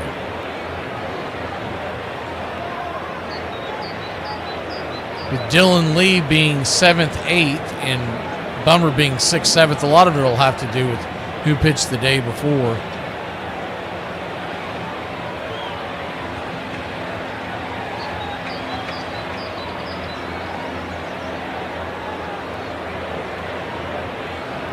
First pitch on the way to start this at bat to IKF. Bounces off for a ball. It's 1-0.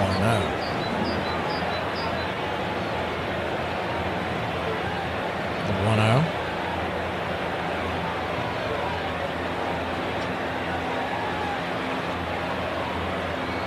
Swung on. Fouled straight back. 1-1. Someone was asking about why the Bean Eaters changed their name. So first of all, it technically wasn't their official name, but that's what everybody called them back then. We're talking about the newspapers, et cetera, et cetera. And so they went by the Bean Eaters for quite some time, for about 24 seasons. The 1-1 pops it up high over first base side. Making the catch is Dominic Smith, who's in for Matt Olson now. Chunk is at second. What was that line in Goonies? Was it Love Chunk? Chunk Love. It was Love Chunk, right? If he makes the team, we'd have to get that clip for him. But in 1907, the reason why the name changed is because the team was sold. The first pitch is right there for a strike. It's over. They were sold to George and John Dovey, the Dovey brothers, and that's how the team became known as the Doves for 4 seasons. The 0-1, right there for a strike, it's 0-2, which is really dumb, but it happened a lot in sports back then. They would change names, and sometimes it had to do with the owner. I mean, I remember early 80s living in Jacksonville, Florida, as the 0-2 outside wide 1-2. And the United States Football League came in, and they had a competition for what they wanted the team name to be. And the guy who owned the team was named Fred Bullard, so they named him the Jacksonville Bulls, the 1-2, outside wide 2-2. So he had this phony write-in tell us your best ideas for a name, and then he picked his last name anyways. So it's a commonly used term now, but there's a lot of narcissism when it comes to people in the higher ups. The 2-2 count, swing and a miss, nasty bender off the plate, and Aaron Bummer looks like he's got that bender working. We'll be back in a flash. Bottom of the 6th we go. A 10-run lead here in Northport. Stop putting mirrors right beside the shower so I can see myself cleaning my own arse. If you like doing that, there's something wrong with you.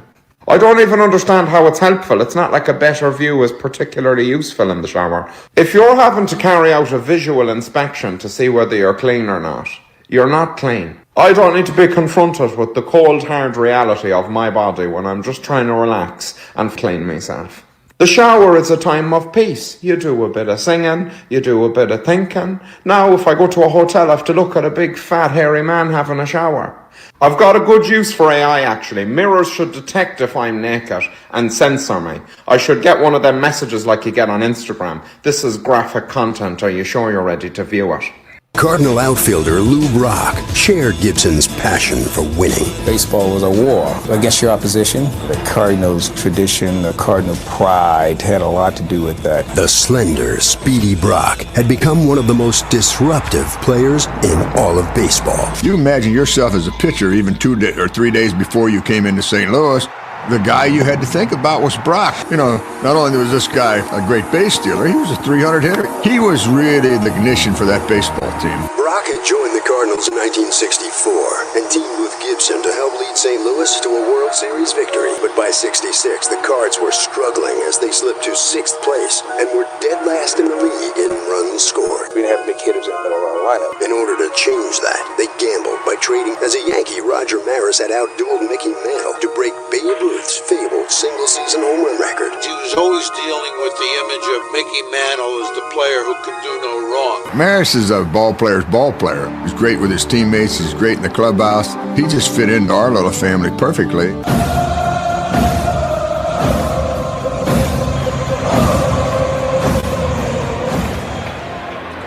Bottom of the 6th, first pitch is down and in for a ball. Yelland versus Hartman. And the 1-0 bounces to the backstop. 2-0. They got Hartman up there. That looks like Dominic Smith. That is Dominic Smith. They finally did a close-up. I'm telling you, these Braves. Is the 2-0 foul back out of play? Giving chase, but no way that's staying in play. 2-1. The Braves' production, it's getting steadily worse. Dominic Smith's a pretty well-known Major League Baseball player. You don't know that's him standing at the plate. It just tells me you have folks in charge that don't know the game. Speaking of not knowing what the hell they're doing, the 2-1 pitch hits Dominic Smith in the square of the back. It looks like it was the off-speed pitch, so Smith has kind of a wry smile on his face as he heads down to first.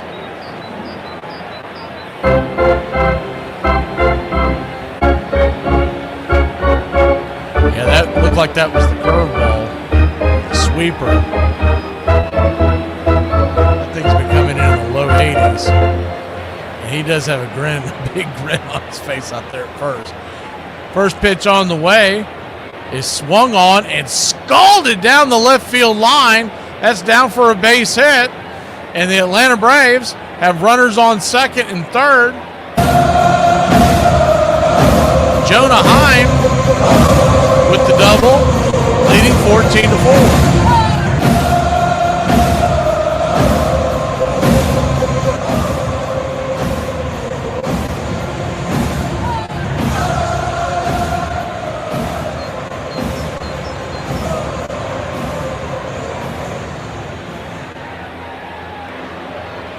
Lefty-righty matchup. He's the first pitch to Mateo. Right there for a strike, it's 0-1. The 0-1. Chop back foul, 0-2.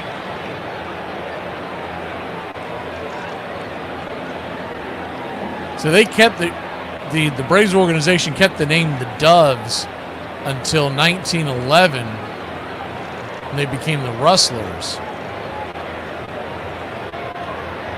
Is the 0-2?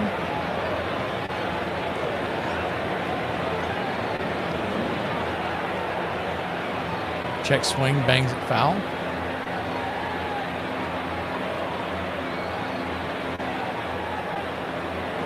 He did not get a piece of it. I guess the ball just popped out of the glove. And it was being called a strike, but the Braves are going to challenge that, and it gets overturned, so back to a 1-2 count.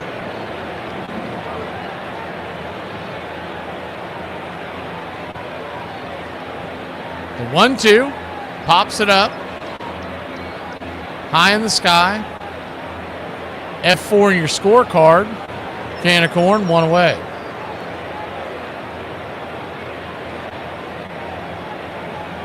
The other reason why they changed, the official name was still the Red Stockings on the books when they were being called the Beaners all this time. And the Doves changed the uniforms because the ownership is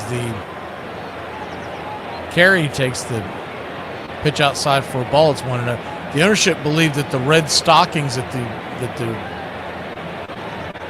baseball franchise had worn for 30 years since its inception in Boston. 1-1 count to Carey. He's in for Acuna. Lefty-lefty matchup. Pitch, swing, chops it foul. Runners on second and third. Was that they strongly believed that the red dye that was on the socks could cause an infection if an injury, because back then a lot of guys got spiked in the leg, etc. Right? There was no basis on this. They were just guessing it. The 1-2. Bang! That ball hits Carey in the wallet. Another sweeper. 78 miles an hour. So if you're going to get hit by a pitch, these are the ones you get hit by.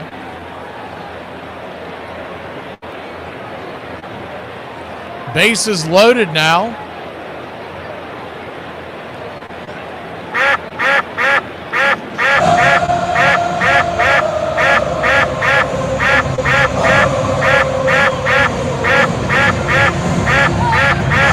Ducks all over the pond. Braves lead at 14-4. They went to the Rustlers for 1 year. More on that in a second. But when they went back to the Braves, that was because of Tammany Hall in New York. And we talked about this on the Once Upon a Pastime, but base loaded, one out, pitch, start the at-bat to Lodice is high and out of the zone. It's 1-0. Alex Lodice batted .252 in Rome, high A, last year. 1-0 inside, 2-0. He had 1 home run and 9 RBI. Tammany Hall was pretty much where politics was ran back in those days, the 2-0. Inside.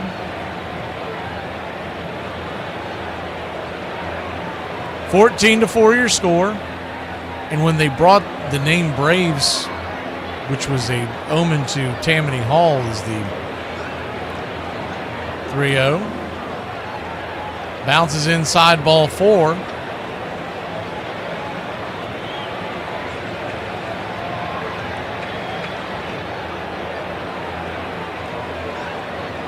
They wanted to bring the color red back into the uniform, as it originally had always been.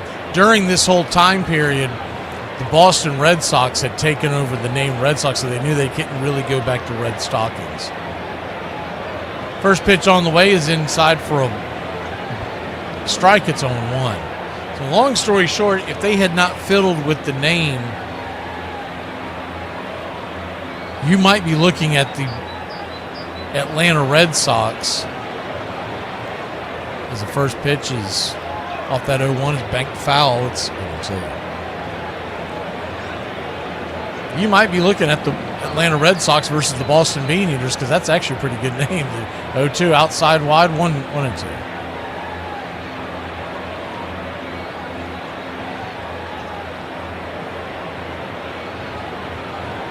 So 1-2 count.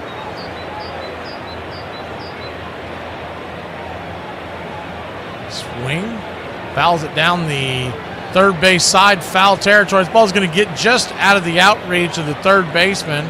Falls foul, it's 1-2. So 15-4 your score. YALL having a hell of a time trying to get out of this jam. Braves lead it by 11, bottom of the 6th.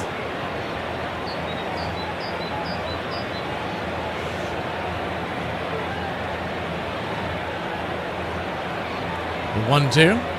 Outside wide 2-2. And of course the original Red Stockings, the Boston Red Stockings, they had gotten that name from the Cincinnati Red Stockings, who were defunct, and a lot of the players left Cincinnati to go to Boston to start a new team as the 2-2. Swing! That ball is banged down the third base line, but foul.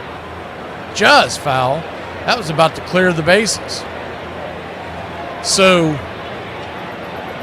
the reason why the Red Sox are the Red Soxes are because of the Cincinnati Reds, essentially. Because the Boston Red Stockings, when they started the team, several of the guys coming over from Cincinnati started the Boston teams, the 2-2, high in the zone, full count. Remember, they had taken a hiatus, and the Red Stockings began in 1871. It was called the National Association. The payoff pitch, swing, slices it.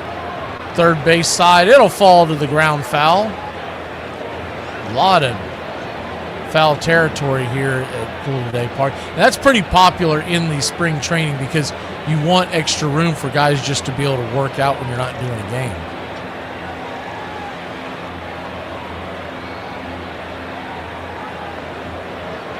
The payoff pitch.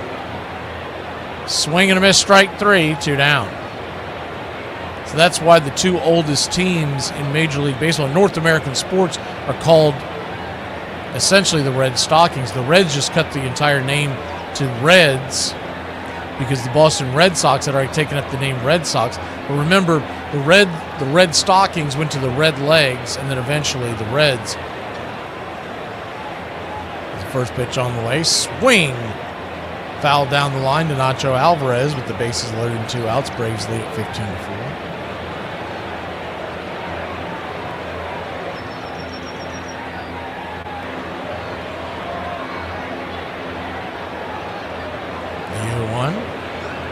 Inside, 1-0. But the most common name that most people use when they talk about the old Boston team, people always refer to the Beaners. I just think it's popular. People like it. But they're technically the Red Stockings at the beginning.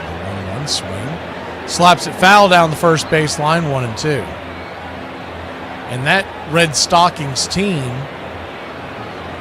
in the National Association that eventually becomes the National League in 1876, they won 4 of the first 5 championships. They were world championships back then because there was no other league. There's the 1-2, swing, chops it up the middle, and that should be a G4. It is. Second baseman tags the bag with his glove, and that'll end the inning. Let the Braves take another step closer to getting a W. They stretch it to a 15-4 lead. We go to the top of the 7th here in Northport.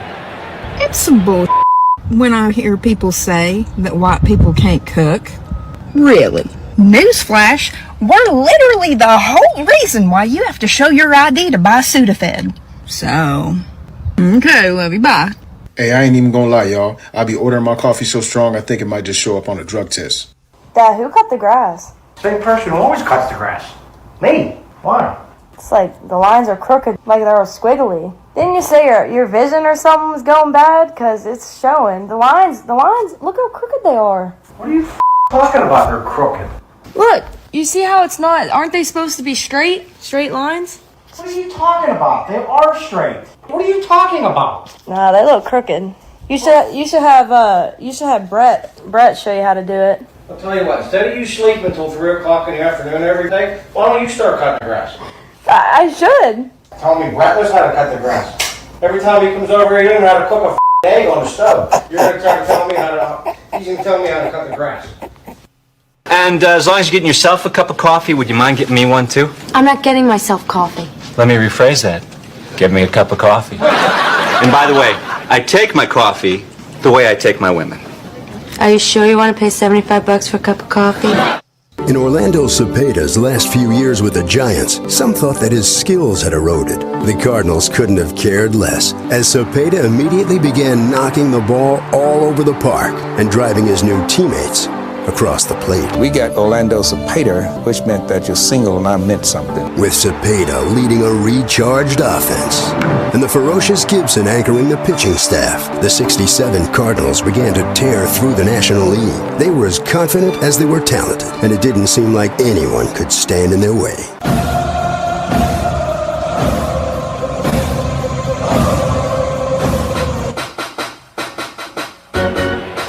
15-4, that's your score, top of the 7th inning. Mac McGee here for the BCR, Braves Country Radio. We're back at it on tomorrow at noon. Braves Country Today comes your way, and the next broadcast ball game is Monday at 12:45 against the Tigers. Righty-lefty matchup to start us off. Hunter Stratton, the pitcher. First pitch is right there for a strike. It's 0-1.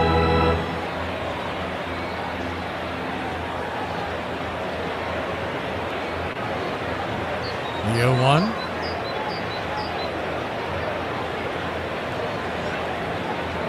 High and inside, 1-1.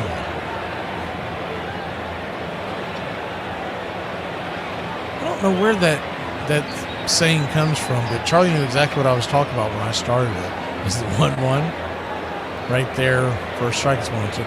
Pretty sure I used to always hear that from both my grandfather and my dad. It was always in reference to baked beans, but I really don't know where it began. I'm going to challenge that,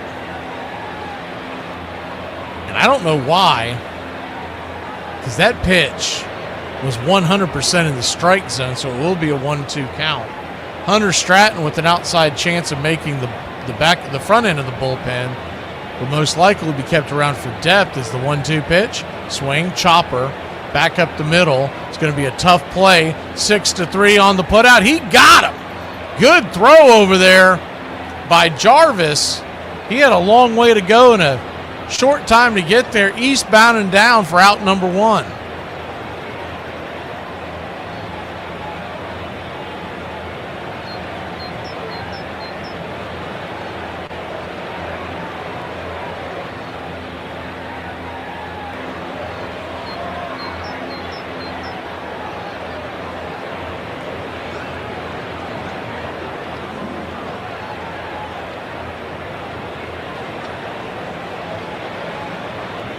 God, they got this dope back. The 0-1 pitch swung on, chopped foul down the line. 7-2. I was hoping that someone would hire that kid away, man. I know some people like that. What's his name, Wiley? But he is just a look at me kid constantly during the broadcast. The 0-2 count. Swing, that ball is lifted high and deep into left center field, going back on the track, crashing into the wall. The ball came off the glove, off the wall. Here comes the throw in the infield. Hicklin will make the relay.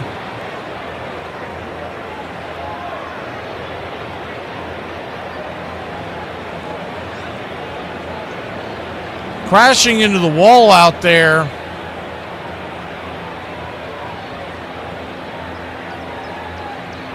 Was the left fielder, and he full extension plowed into the wall. And that's Hartman. It's out there in left field now. He doesn't even have a name on his jersey. First pitch is swung on and chopped over to second base.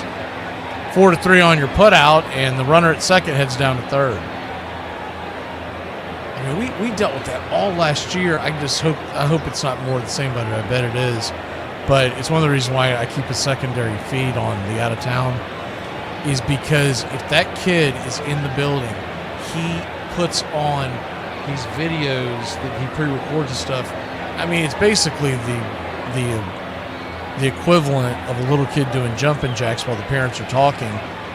Look at me, look at me. First pitch on the way is right there for a strike. It's on 1. The 0-1. He's the same one that creeped on that chick in Toronto and somehow kept his job. The 1-1 as left-handed bat.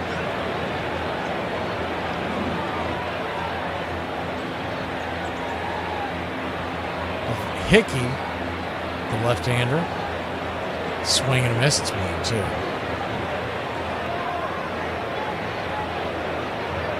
So 1-2 count.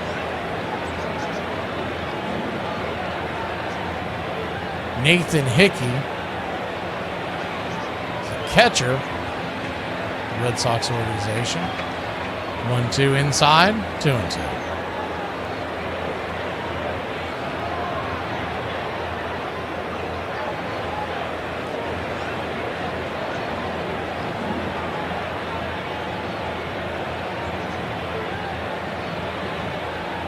So a 2-2 count, down and in, ball 3-2, 96 miles an hour. If you remember, Stratton last year came on and pitched well in most of his outings. We'd picked him up on waivers. It's great depth to have down in your bullpen, but I don't know if the Braves will be able to keep him. The payoff pitch. Swing lifted, high and deep. Into right field, going back on the track, and that ball is gone.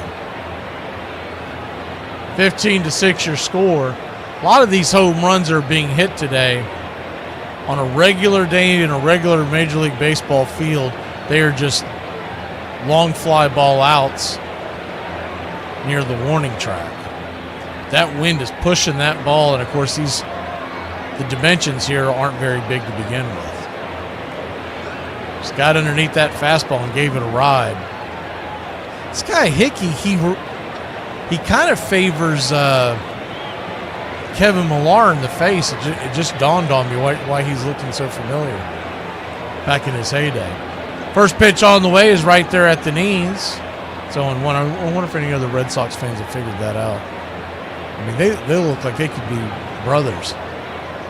The 0-1. Standing in now is Ward, the center fielder, who's 1 for 1 on the day. The 0-1 pitch, swing, roasted up the middle, threw for a base hit, and it's a 2-out single for the Red Sox.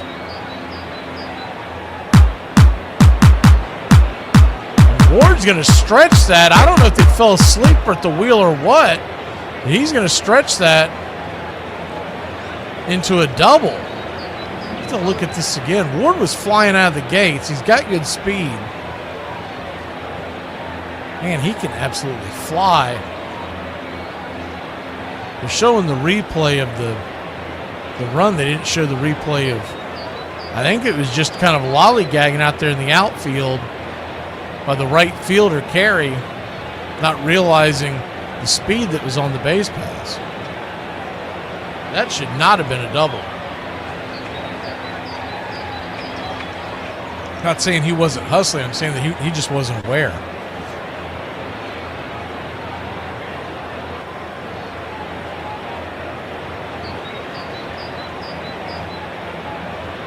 Runner at second, 2 outs. Braves lead at 15-6. The pitch on the way. Swing and a miss by Ferguson.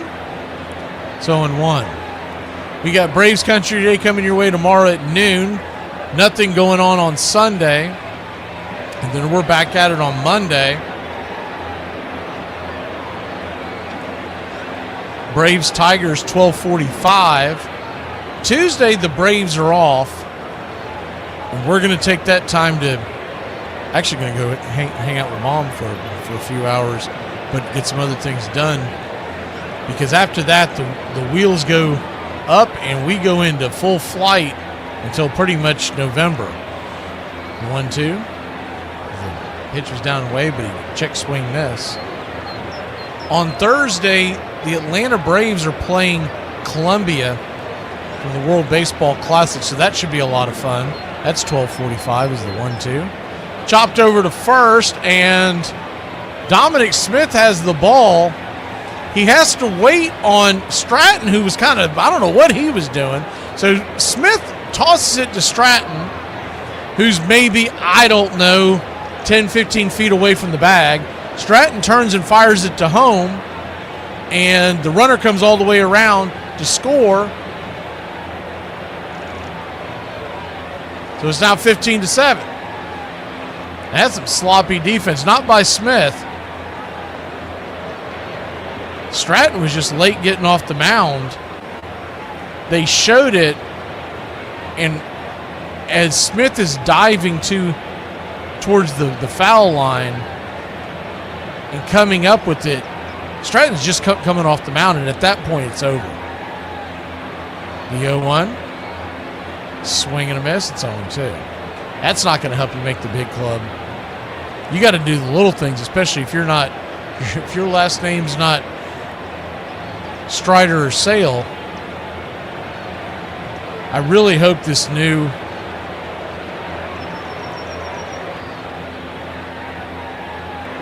coaching staff is the 0-2. Fouls it away. Do it again. Hope they hold these guys to a higher standard than they have in years past, where it's just kind of been all shucks.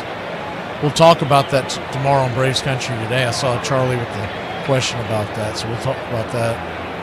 And hopefully John's put his question into that chat. We have a post up as the 0-2's roll foul. It says question and answer on Braves Country Today. Anything you have that you want brought up tomorrow, make sure to get it in by the end of the game today. Just put it over there in that chat. That's where we have that up on a few social media platforms. That's where we're going to draw them from. The 0-2 count, high and out of the zone, 1-2.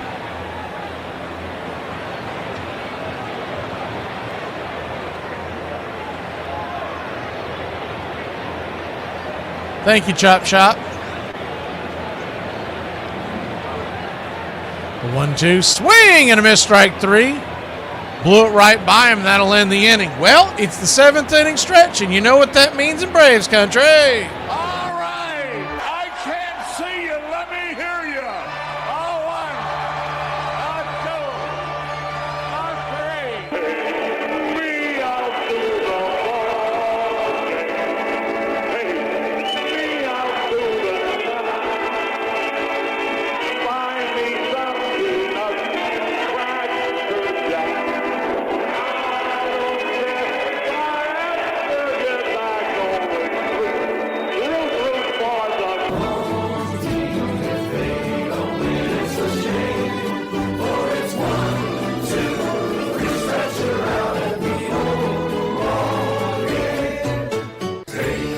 out to the ball game. Me out to the sky. Find me something up Cracker Jack.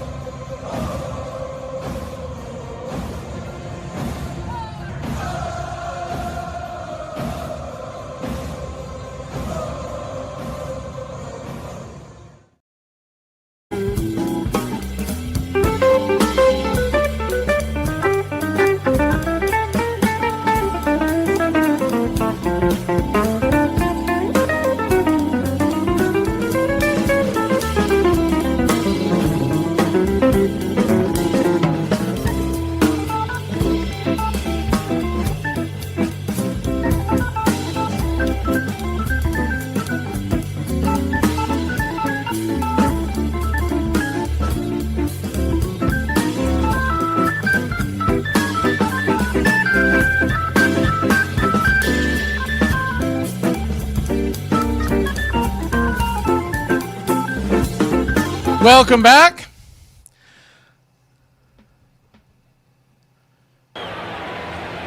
15-7 your score. The batter is Hicklin, Braves center field, and he takes a swat at the pitch and fires it into the left field area. It's going to be a line drive out, hard hit ball.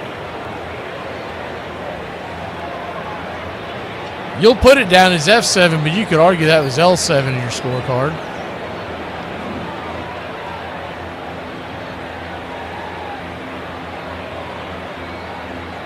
So back what we were talking about before, Braves in Columbia on Wednesday at 12:45. Then we have Braves Blue Jays at 12:45. As the pitch on the way is outside wide for a ball. It's 1-0. I'll be putting a card up so you don't have to memorize this or write it down. I'll be putting a card up on our post area and on the Facebook page of it. The 1-0. Swing, fouls it back. 1-1. 15-7 your score, bottom of the 7th inning. Braves exploded for 11 runs in the 3rd and never looked back. The 1-1. Swing, pops it up high and deep into right center field, drifting over, making the catch. In center is Ward for out number 2. On next Friday night, it's the USA versus Brazil, 7:45 p.m.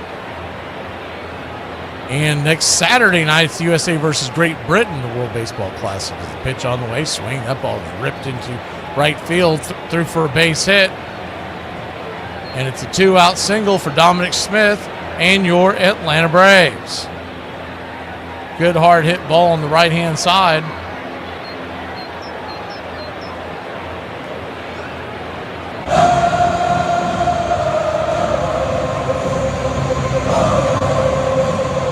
Then on Monday the 9th, we're back at it with Braves Spring Training against the Twins. And it's a doubleheader that day because that night USA plays Mexico in the World Baseball Classic. As the first pitch outside wide to Sandy Leon.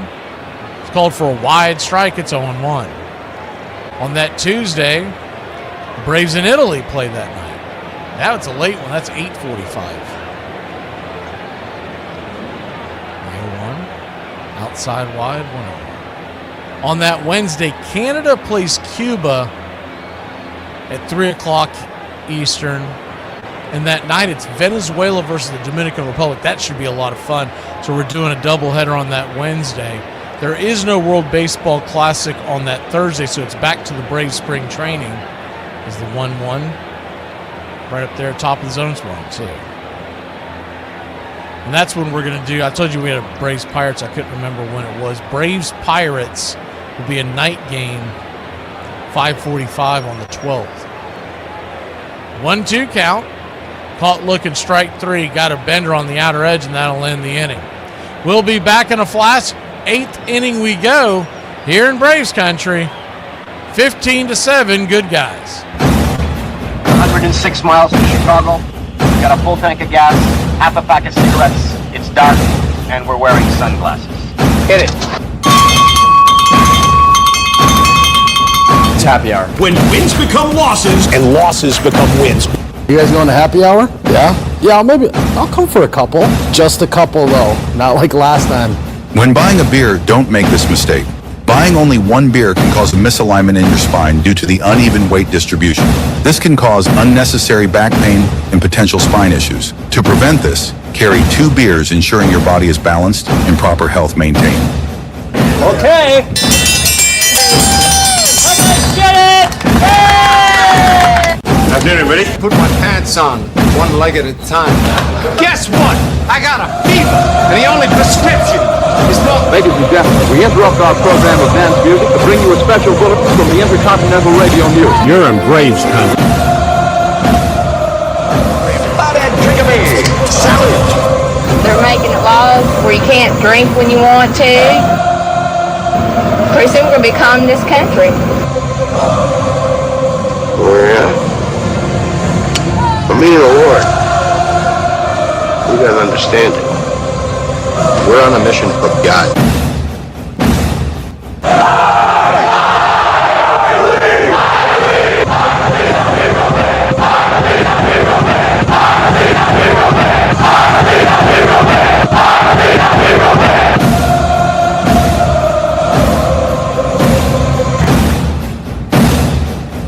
If you want to stop me, you're gonna have to kill me!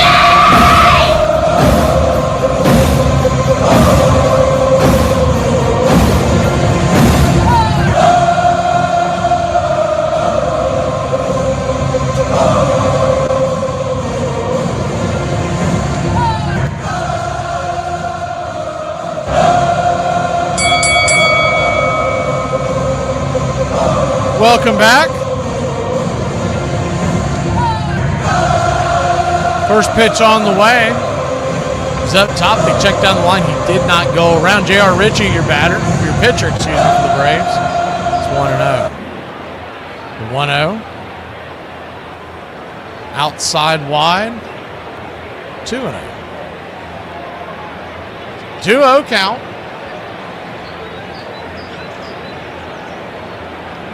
(15-7) your score. Top of the 8th. Atlanta leads the Red Sox. 2-0 right there for a strike, 2-1. Ritchie, one of these guys that has a very good chance of getting some valuable innings in 2026. After that March 12th game that we talked about, the Braves Pirates that Thursday night, is the 2-1 pitch, swung on, pops it up.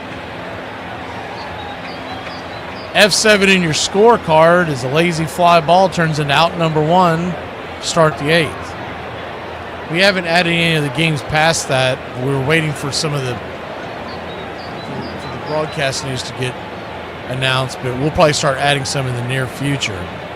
The next board that we have up there is about 2 weeks later, when the Yankees and Giants started all off on opening night in Major League Baseball. It's a Wednesday night special game. As first pitch misses for a ball, it's 1-0. J.R. Ritchie was the number 35 pick overall in the 2022 draft. So we've been paying attention to him for quite a while. 1-1. Swing and a miss. 1-2. He was the 2025 Gatorade Player of the Year in the Braves organization. And man, I'll tell you what, they just did a close-up of him. He looks like he's about 12. The 1-2 swing and a miss. Strike 3. That's one of those things where you feel even older when you see these kids come up, but it's amazing that he's gotten this much accomplished already in his young career. They got a few guys that we're going to be paying attention to, him and Owen Murphy and a couple others. As the first pitch misses outside for a ball, it's 1-0.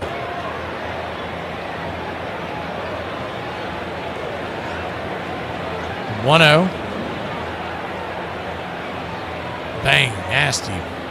Snapper at the knees. 1-1. 6'2", 185-pounder.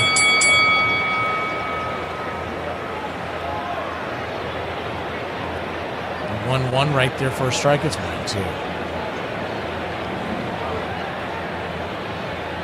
In 2022, by the time he got to the Braves after the draft, he only threw 14 innings. In the Florida Coastal League and in the Carolina League. But nonetheless, as the first pitch off that 1-2 misses. 2-2. Still walked away with a 1.88 ERA in his very first season. In 2023, he was in Carolina League the whole time as the 2-2 swing and a miss, strike 3. Man, he's bringing it. That looked like that was, that's going to register in at about 94 miles an hour on the cutter. We'll be back in a flash. Braves lead at 15-7. We go to the bottom of the 8th here in Braves country. Hey, I be wondering, like, Why nobody eat banana Laffy Taffys, dog? They not bad. They really good, bro. Really got me questioning, like, how some of y'all eat banana pudding, but y'all not gonna eat a banana Laffy Taffy. Like, what's up with y'all, bro? I even know a dude that eat a banana like a dude ain't even supposed to eat a banana, and he turned down a banana Laffy Taffy. Nah, I don't even like banana like that, bro. I can't tell, you just deep-throated one. You walk in the gas station, you know they like 35 cents for singles. These be the only ones left. Then the cashier will talk about, yeah, take them. No, you're not about to treat me like you don't want them, bro. I'm about to pay for these. The moral of the story, I'm just asking y'all, like, why y'all don't like banana Laffy Taffys? 67, the Detroit Tigers with Denny McClain and Burl Wilson and Mickey Lolich. There's a chance that you might leave that city from a hitter's standpoint, maybe 1 for 20 or 1 for 25. And the Tigers could hit, too. Featuring power hitter Willie Horton and future Hall of Famer Al Kaline, Detroit scored the second most runs in the American League. You were always in trouble as a ball club when you went into Detroit. But for sheer star power, no team could match the Minnesota Twins. On the mound, they boasted former Cy Young Award winner Dean Chance, as well as one of the best left-handers in the game, former 25-game winner Jim Cott. And when it came to hitting, their trio of Harmon Killebrew, Rod Carew, and Tony Oliva was deadly. If you never got to see Rod Carew and Tony Oliva hit, you missed something, because Rod Carew won 7 American League batting championships, and Tony Oliva was a Rod Carew type hitter with power. You couldn't keep those first 2 guys off base, and then you had to face Killebrew, and if you made a mistake, you could be a couple runs behind real quick. And there it goes. It's way, way back. It's a home run. A 400-footer that sailed.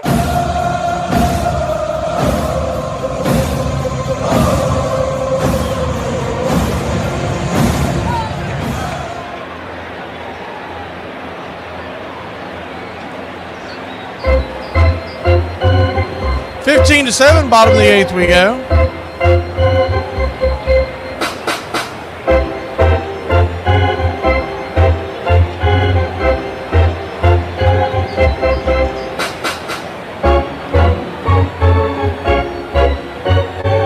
Pitch on the way is swung on and chopped back towards the mound.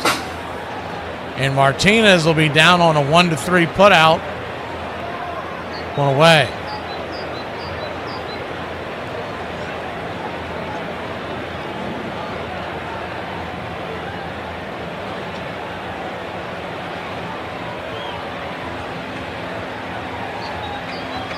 One up, one down.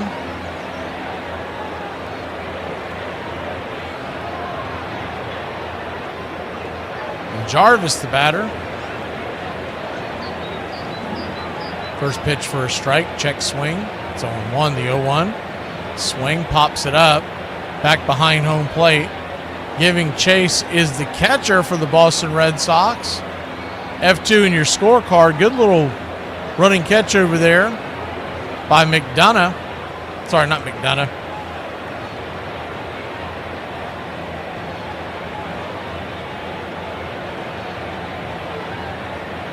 Baez. They had it flip-flopped in the order. 2 down. Alex Lodice back to the plate. First pitch is right there for a strike. It's 0-1. Gets really confusing when you do these spring training games because not only are they making the changes, they'll shuffle them throughout the lineup as the 0-1. Chop foul. It's 0-2. And of course, I can't see it because I don't have the bird's eye view like you would if you were there. It's really difficult to... Oh, my God. Just doing a close-up. I think he's wearing it seriously as the 0-2 pitch. It swung on and lifted into center field. F8 in your scorecard. I'll tell you what I was laughing about when we come back. I think this guy's wearing this seriously. I don't know how you do this with a straight face as a grown adult. We'll be back in a flash here on Braves Country. How you feel? Oh no! Is there anything I can do? Can I try again? You know what? I'll ask you a question. If you can answer this one right, I'll let you pass. Okay, thank you. Alright, listen carefully. There's an old man and there's a young kid at the light. So what do we hear first? The old man? Because the young kid has the whole life? No! You hit the brakes! The last conversation I ever had with my dad, the night before he died, if you knew what my dad was like, He wasn't, I love you and I'm sorry. He was a doer, not a talker. And he told me that he went through the same thing when he was a ball player. My dad was a really good baseball player. And this is how you get over this issue. You don't have a mental block. He said you have a temporary loss of confidence. And once the confidence comes back, this thing will dissipate. And so I started working on it in practice, just like he had told me. And I started getting my confidence back in practice. I actually switched him. I took on practice as a game. And so when game time came along, it was like, hey, I've already been through this. I was relaxing. And then when I got through that thing, I went on and I led the league in fielding in my position when I went to the American League. And I was in the top 5 fielding from then on in all second basemen. So it was about conversations with my dad that helped me get over this. And then after my dad died, about 3 years later, I was talking to my mom about this conversation with my dad. And my mom and dad have been together since the 5th grade. And my mom told me, she said, your dad never had a throwing problem in his life. He just said that because he knew how much I revered his strength and his wisdom. And if he could go through it, then it's not so bad that I'm going through it. And that's how I got my confidence back, by somebody that was selfless enough, like my dad, to tell me this when he never went through a throwing problem, but it helped me get over it. And thankfully, I was one of the very few guys that went through this thing that got over it. A lot of guys don't get over this issue. Braves Country Radio, the classic call of Braves Country baseball.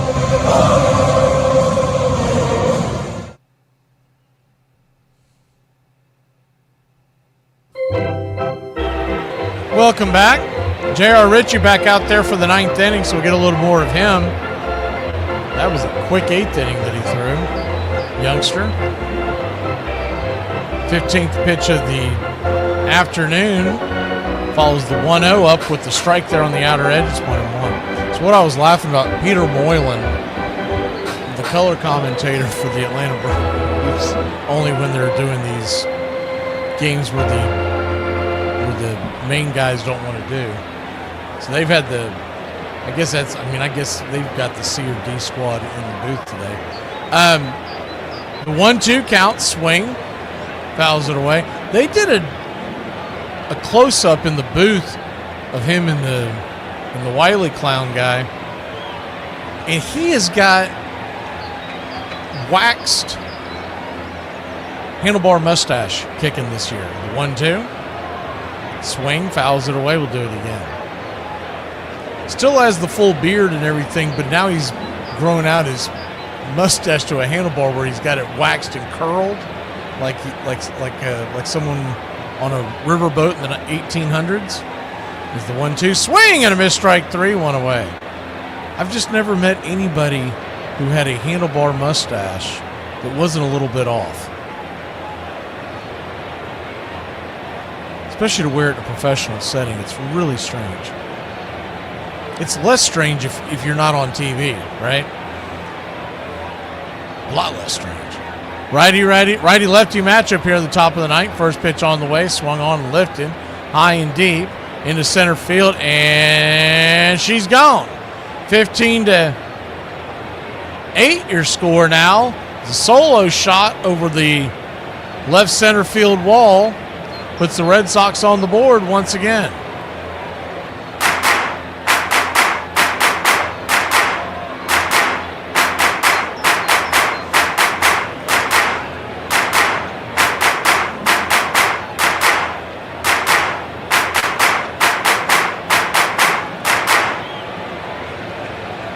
So 15-8 your score. Ritchie goes back to work. The first pitch is a sweeper up top for a strike. It's 0-1. Hickey once again at the bat. Had a 2-run home run in the 7th. The Kevin Pillar doppelganger takes the 0-1 off the plate, 1-1.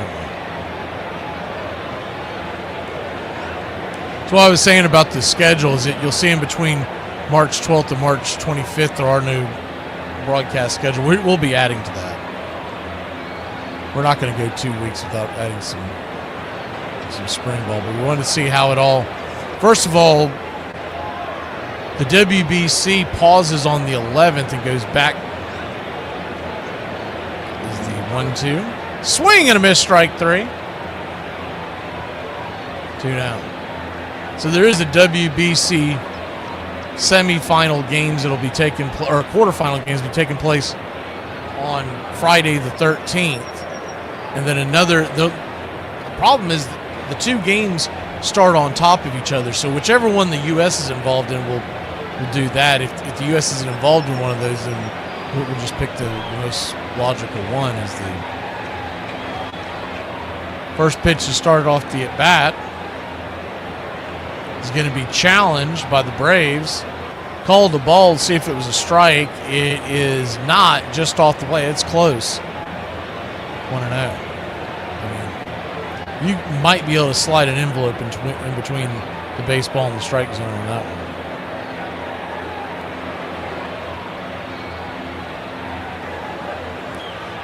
one. 1-0 count.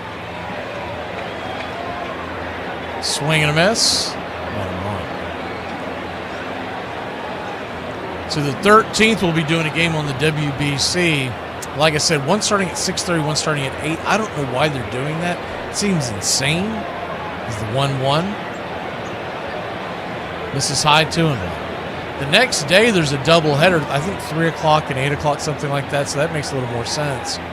And then you get to the semifinals on Sunday and Monday of that weekend. And then the championship game is on Tuesday. All those are 8 o'clock starts, and all those we'll have.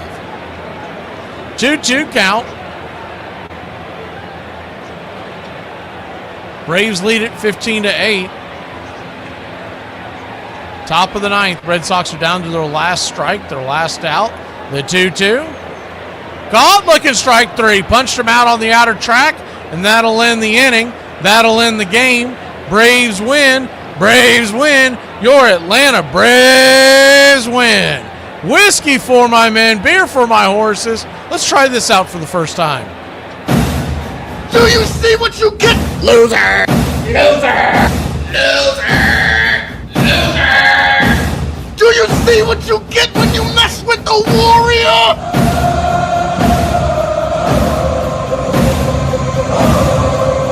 15-8 your score. That's one of the sounds that'll be new to this season during the regular season when the Braves get a win. We got some others that'll be playing. You'll see how it goes along. Player of the game, game ball. I think we got to give it to Ronald Acuna Jr., the Raha. 3 for 4, 4 RBIs, a grand salami, a walk. 2 for 3, I think I said 3. 2 for 3, 3 runs scored, 4 RBIs, a grand salami, and a walk. And your Atlanta Braves